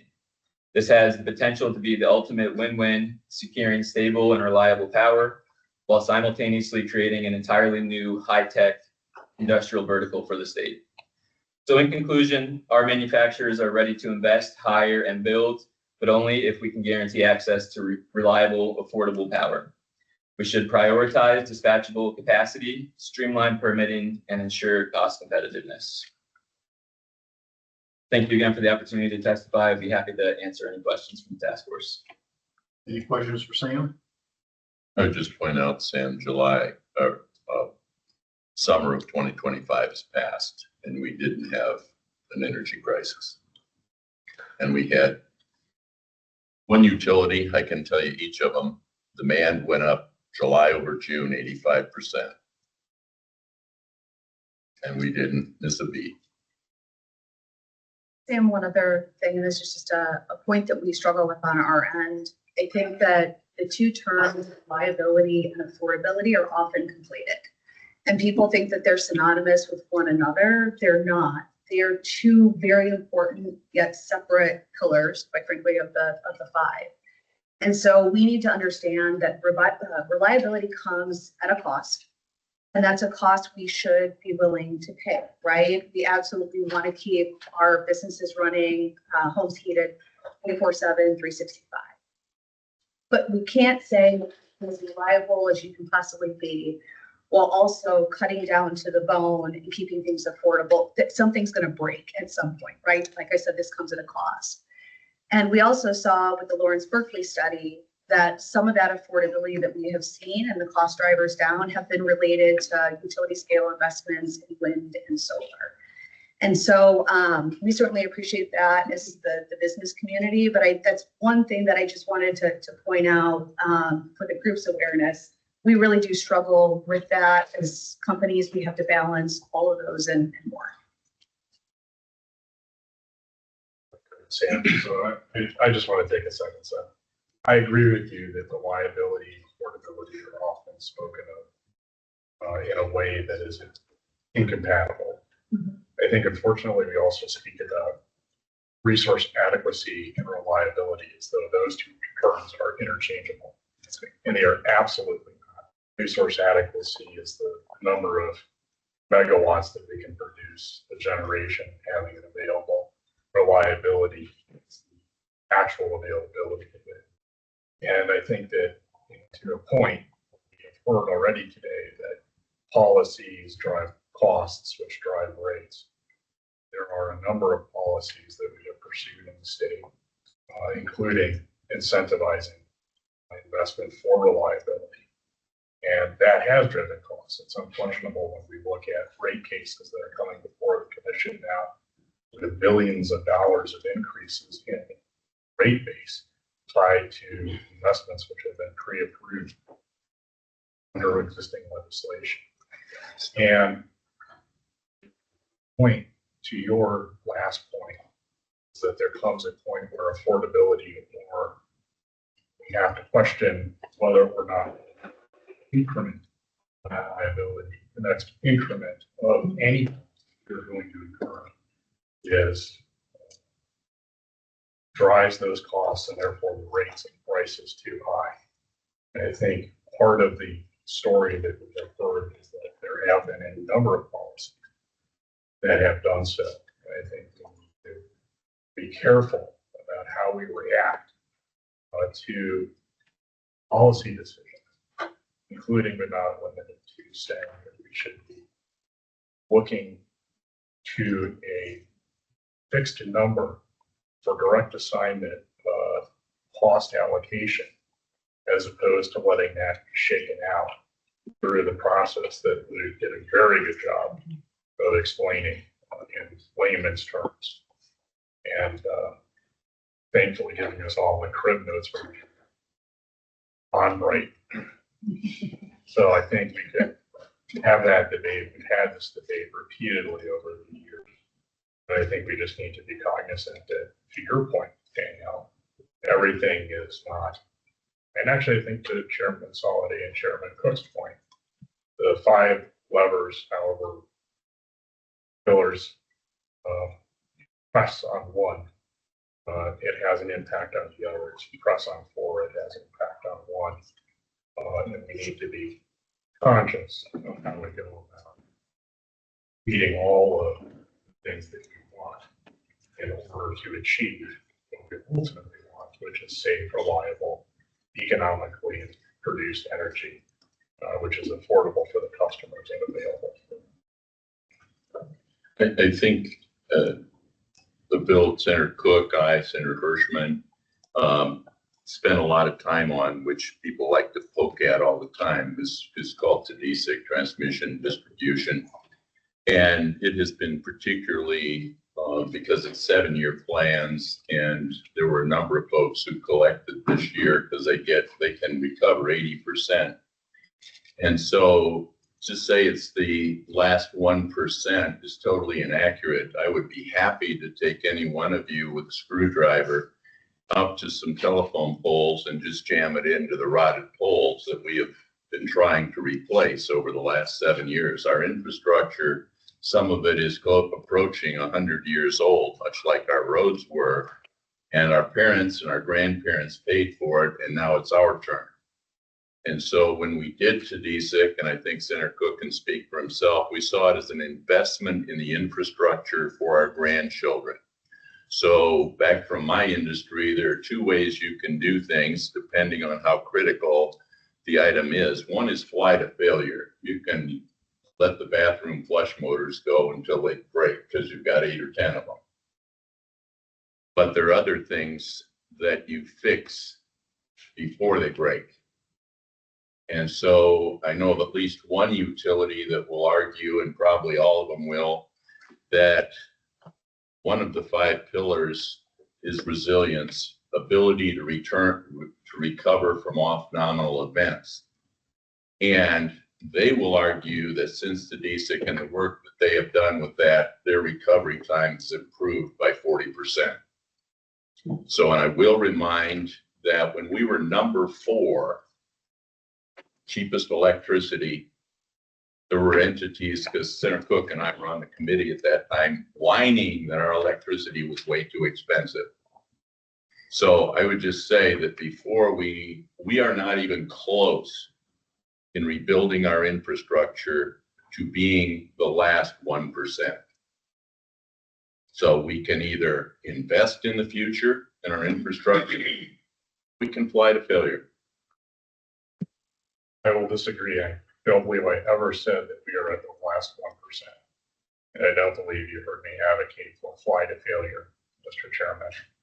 But I do think that we can talk about rationally whether or not TDSIC or other investment mechanisms have achieved what they were supposed to. But what didn't they achieve, Joe? Well, I think, sir, when we talk. You get to testify, you're an opponent of everything that goes before the IURC. So what didn't we achieve that we just wasted money on?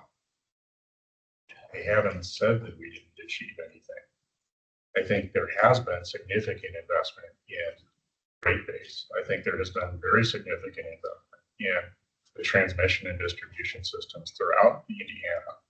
At least 4 of the 5 electric utilities, I guess 2 of the 3 major gas utilities in the state, have utilized the TDSIC to improve their infrastructure. Some of that was absolutely at a point of failure. That was, I believe, part of the reason the TDSIC was moved forward and was presented, because there was in fact one utility in the state that had literally depreciated itself to nothingness, and it needed to make a serious investment. But when we are now on generation 2, including generation 2 of most of the TDSIC plants that are out there, whether or not we continue to have a rolling investment at the level that we have seen previously, when we are also going out to the utilities to avert the flight of failure on the most critical assets, I think we have a legitimate question that we can ask as to whether or not there should be some revision to that particular legislation. You will probably not get a hearing. Any more questions for Sam? Not a question, but just from the MISA perspective, because our capacity position was brought up, I'll just share our most recent OMS MISO survey, which illustrates the capacity position. Came out in June 2025. It does show, I think for the summer season of 26, 27, anywhere from a 0.4 gigawatt to 1.4 gigawatt surplus. And then for the winter season, anywhere from a 4.8 gigawatt to an 8 gigawatt surplus. Since it was brought up, just in case folks are wondering where those numbers come from. So OMS MISO. What was your outlook for 26? Will you send that to us and then we'll get it out to the group? Yep. Follow up. Yeah. Just a comment from PJM, Jill Gates as well. We have had recent numbers come in regarding supply and demand. We're showing potential for deficit in 2026, and then an even greater deficit impact in 2027. So again, it's been an update since the last time I presented last month. Great. Again, could you send that to us and we'll get it out to everybody in the group too? Jill, one clarification, is that in Indiana specifically, or is that across the entire footprint? It's across the footprint. John, not to use the room, we will be having winter reliability. The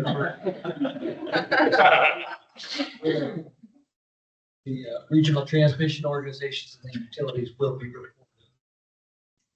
reporting. And it will be streamed also. Thank you, Mr. Chairman. Okay, thank you, Sam. Appreciate it. Next up is Holly Mitchell from Steel Dynamics. Hello, everybody. Oh, there we go.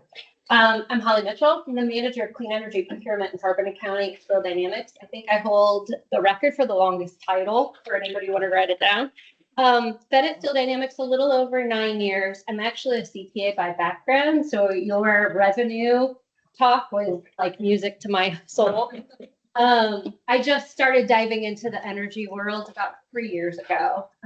Got pulled in on a clean energy project. It was actually a renewable project that we did, and sort of fell in love. And so a lot of this talk today kind of speaks to me. As a Hoosier, born and raised, I stayed here for college as well. Live here, raising my family, and now work here too. So I love all the talks today. Maybe won't dive too much into the politics, so I won't talk about House bills and the like. Try to leave that to the politicians. But just to give you an overview of who Steel Dynamics is and what our energy consumption really is, because ultimately at the end of the day, we need a lot of electricity. So who is Steel Dynamics? We started just a little over 30 years ago in the state of Indiana, Butler, Indiana, if anybody knows where that's at, just north of Fort Wayne, which is where I now reside. Started up pretty quickly and have continued to grow, as you can see, add on galvanizing lines and paint lines. They're our flagship that we like to say. They kind of started the whole thing. And then over the last 30 years, we've continued to grow, and we have a lot of market diversity and product diversity. We added an additional mill in Columbia City. We also added a Pittsburgh line, which is in Indianapolis, or just west of, I guess. We also have some outside of Indiana development and growth that we have done over the years. Roanoke, Steel, West Virginia, the Techs out in Pittsburgh. We have Columbus, which was an acquisition in 2014, I believe. And then we added on there, Galvalume paint line. We bought Vulcan, we bought Heartland, we bought United Steel Supply. We added a digital printing line to our Butler facility, which is really, really cool. If none of you have seen it, we'd love to show you. New Process Steel, that acquisition, it was just recently announced, so that's really, really new. And then we built a new flat roll facility in Sinton, Texas. We are in the process of commissioning our aluminum facility, which is a product line for us we have never done before. And then we have SCI Biocarbon Solutions, which is in Mississippi as well. Also a different product line, but I'll get into that in just a second. So all of that growth kind of fills in with our circular manufacturing model. Ultimately, at the end of the day, we wanted to be able to sustain ourselves. So a lot of our acquisitions, including Omni, and we have New Millennium build out there, we take Omni Recycling at Steel Recycling Platform. We're the largest recycler in North America. All that steel goes back into our furnaces to make new steel. And then we have our downstream steel fabrication, joist and deck, which you go to a Walmart or a Sam's Club and you look up, and that's probably New Mill. And then down here are some of our smaller facilities, including Biocarbon Solutions. That is a joint venture that we just launched a few years ago. If you don't know, we're EAF only. We're not blast furnace. And so there's 3 inputs into the EAF process. There's scrap, recycled product, there's electricity, and then there's anthracite coal. SDI Biocarbon Solutions is a 1-for-1 replacement to that anthracite coal. We are taking woody biomass and running it through a pyrolysis process to pull out the carbon, and we can then put that carbon into our steel mills to make the new steel. So it's a pretty exciting development in the steel industry. Just a fun map. I like pictures. So you can see the 3 SDI steel mills. A lot of the numbers that I'll give you today are specific to our 7 steel mills because they're our largest electrical consumers. Our New Millennium line, very small when you compare them to the steel mills. Same thing with our Omni facilities, very small electrical users. But our biggest footprint, as you can see, is Indiana. Kind of going into that same long line, you got Butler. They're about 2 terawatt hours a year. We have I&M. Thank you, I&M. I know you're in the room. Columbia City is about 1.1 with Northeastern REMC, both in PJM. And then we have Pittsburgh, which is a lot less than that, and they're Duke and they're with MISO. So about 3.6 out of about 8 terawatt hours over the 7 steel mills. We have 5 facilities for steel operations. So that's more downstream. We've got Heartland and Terre Haute and some other steel processing. Fabrication is also in Indiana.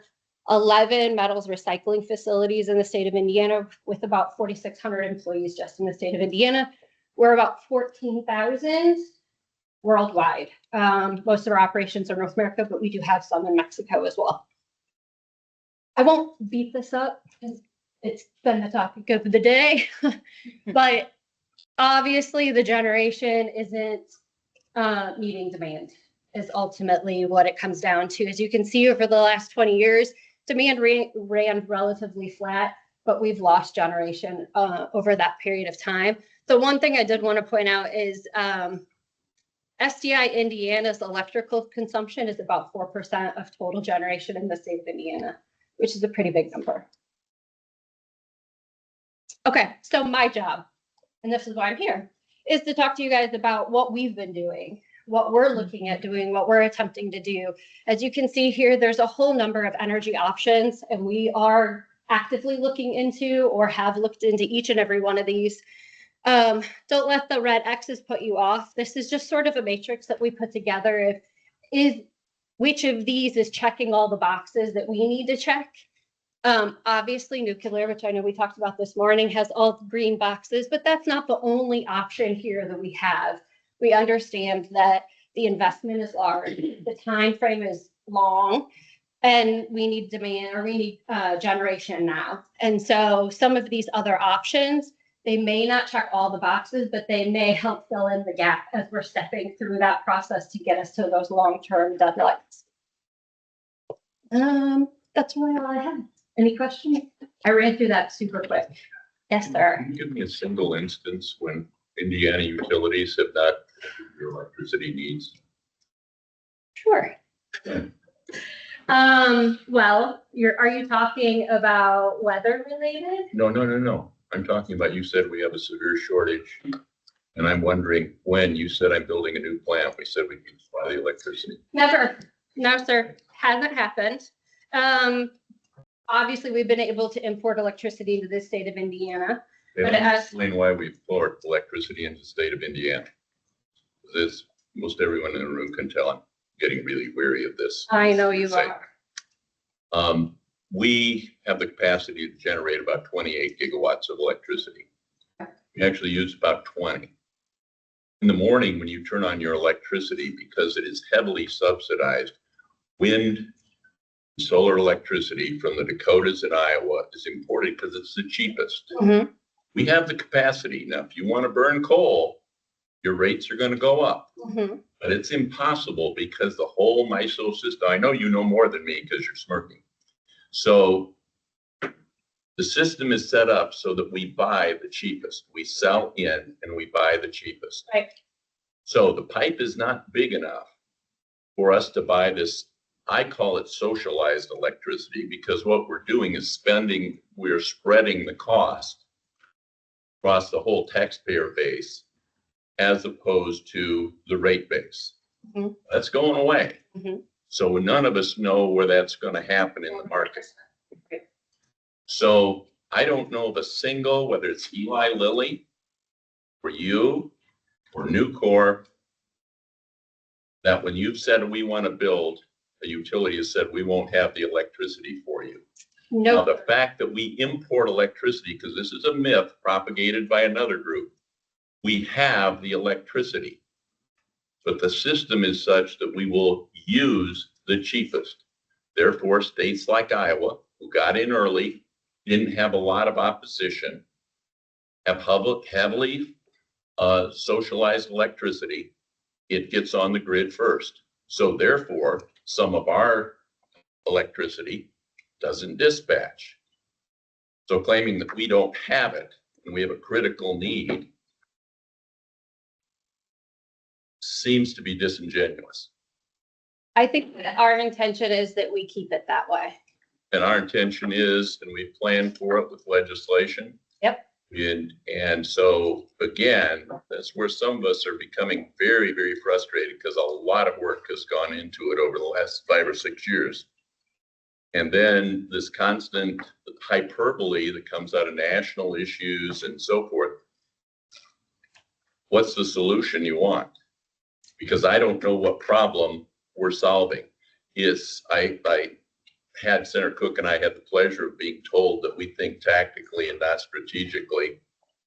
I had a lot of trophies from my former life that are for strategic thinking, but you know, you get old and you're just stupid. But what's the solution you want that you're asking us to do that we haven't done? I don't think that it's asking you to do anything that you haven't already done. It's just to reiterate the work that you have done in that there are multiple options for energy, additional energy generation in the state of Indiana. And we're going to continue to support you in any way that we possibly can to continue that growth, in addition to the growth on the demand side, because that is going to continue to grow. And we want that to grow in the state of Indiana. We just want to make sure that we're looking at both sides and continuing to move forward. I can appreciate that. I know that all of our integrated resource plan is pivoted based on what we've learned.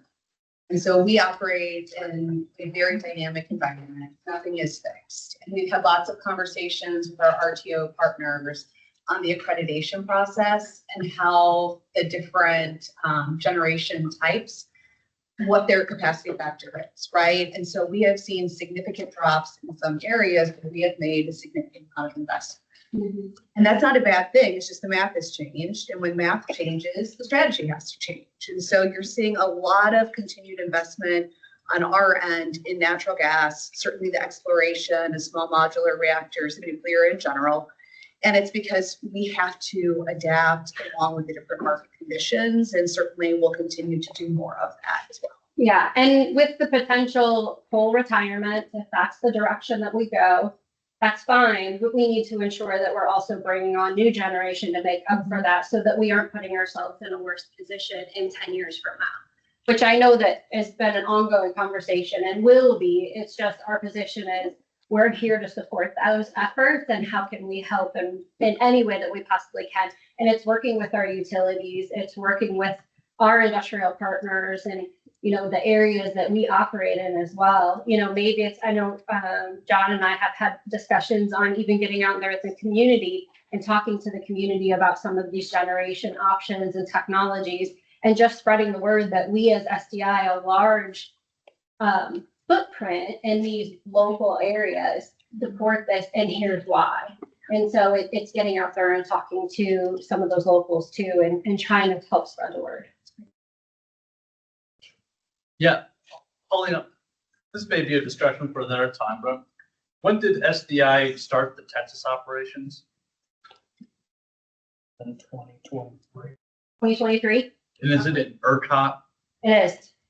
How's I know it's early and obviously we're not going to change how the arts will operate, but I'm curious how the experience in an energy-only market has been compared to energy and capacity market in terms of what opportunities and what challenges that brings.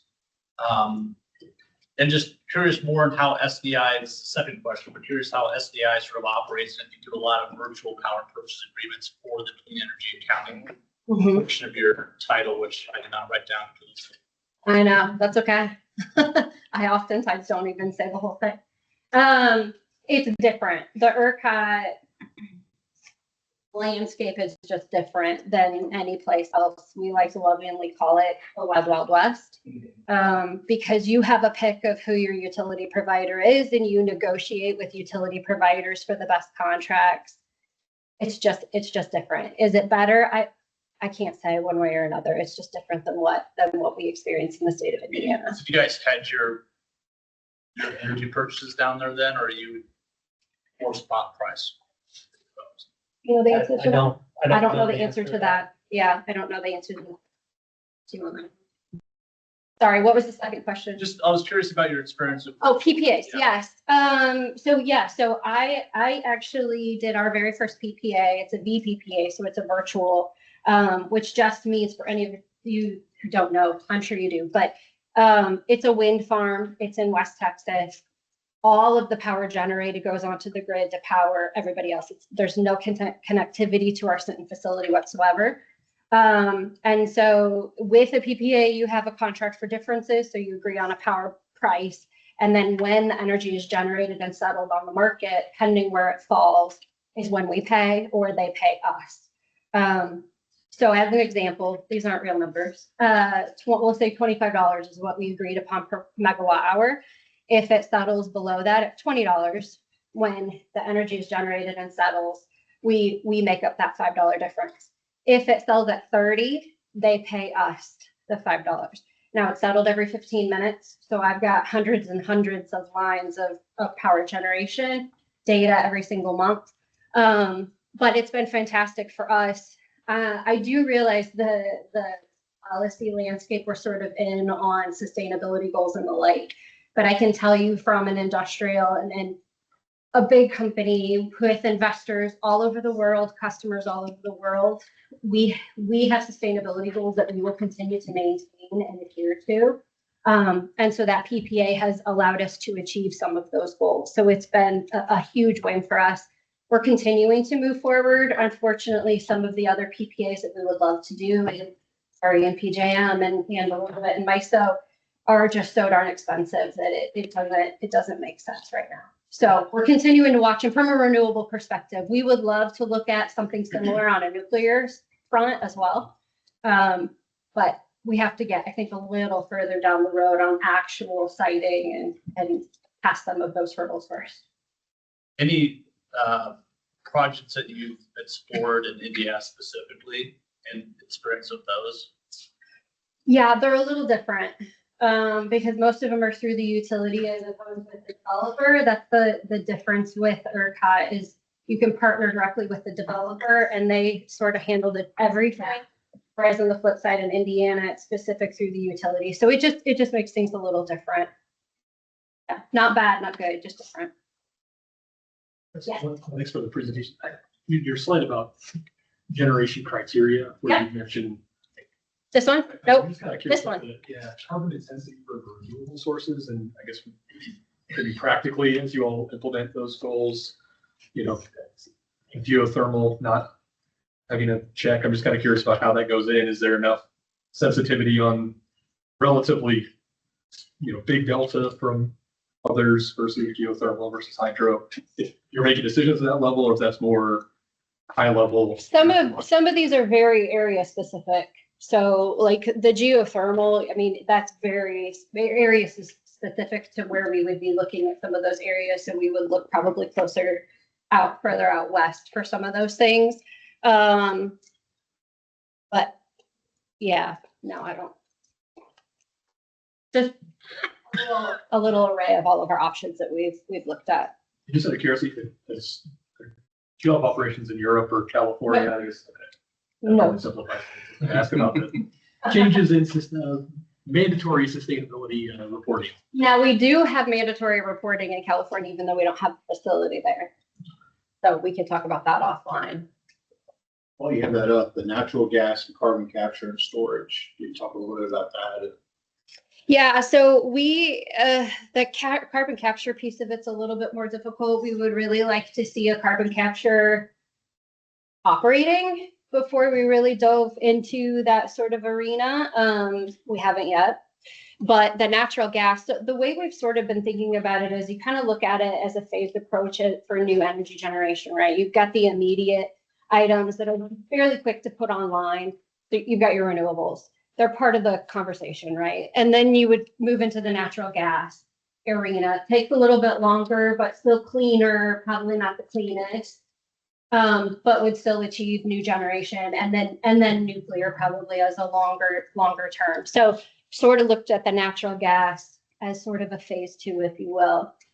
Takes a little bit longer to do, but not as long as nuclear. So it's still on our radar. Does that help? Yeah. Answer your question? And any questions, any other questions for Holly? Okay, seeing none, thank you very much. Appreciate it. Next up, Mallory, you gonna help us with this one? Yeah, we'll see if I can get this here. Dan from the data center. Can everyone hear me?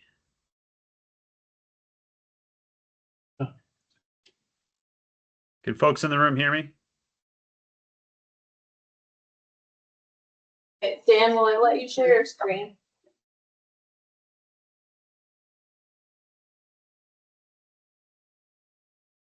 Looks like it.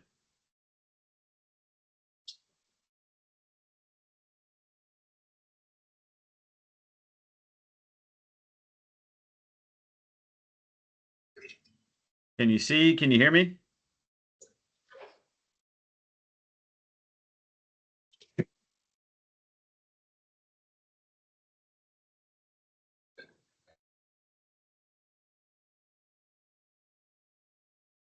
Dan, are you talking? I am trying to. Can't hear you. Okay. You online can hear.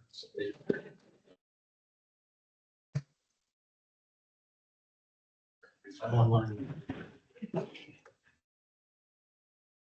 I think it's out here. Speakers on. Okay.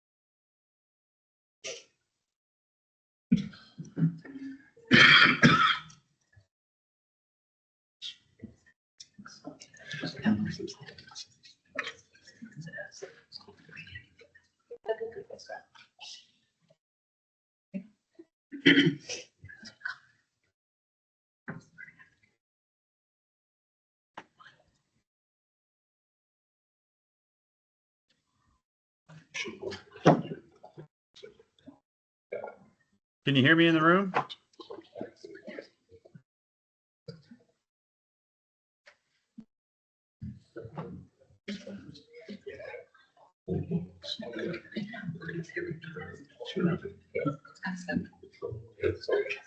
And they're gonna get some dust. All right, well, maybe we'll. Yep, not working.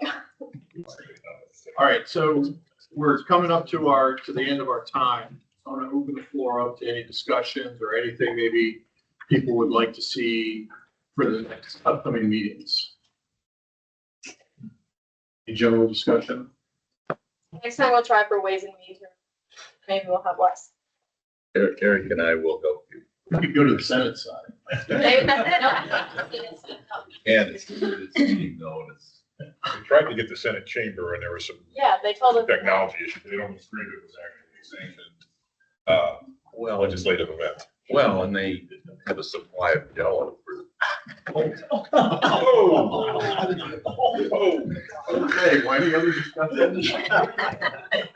All right, any other ideas for the upcoming meetings? All right, well, thank you all. We really appreciate everyone making the time today. I know everyone's got busy schedules, but we appreciate it. Thanks, Clint. The next meeting will be December 5th, and our goal is to have a working meeting, similar to what Mallory discussed. So we'll have some roundtables and some discussions and try to see if we can. Thank you all.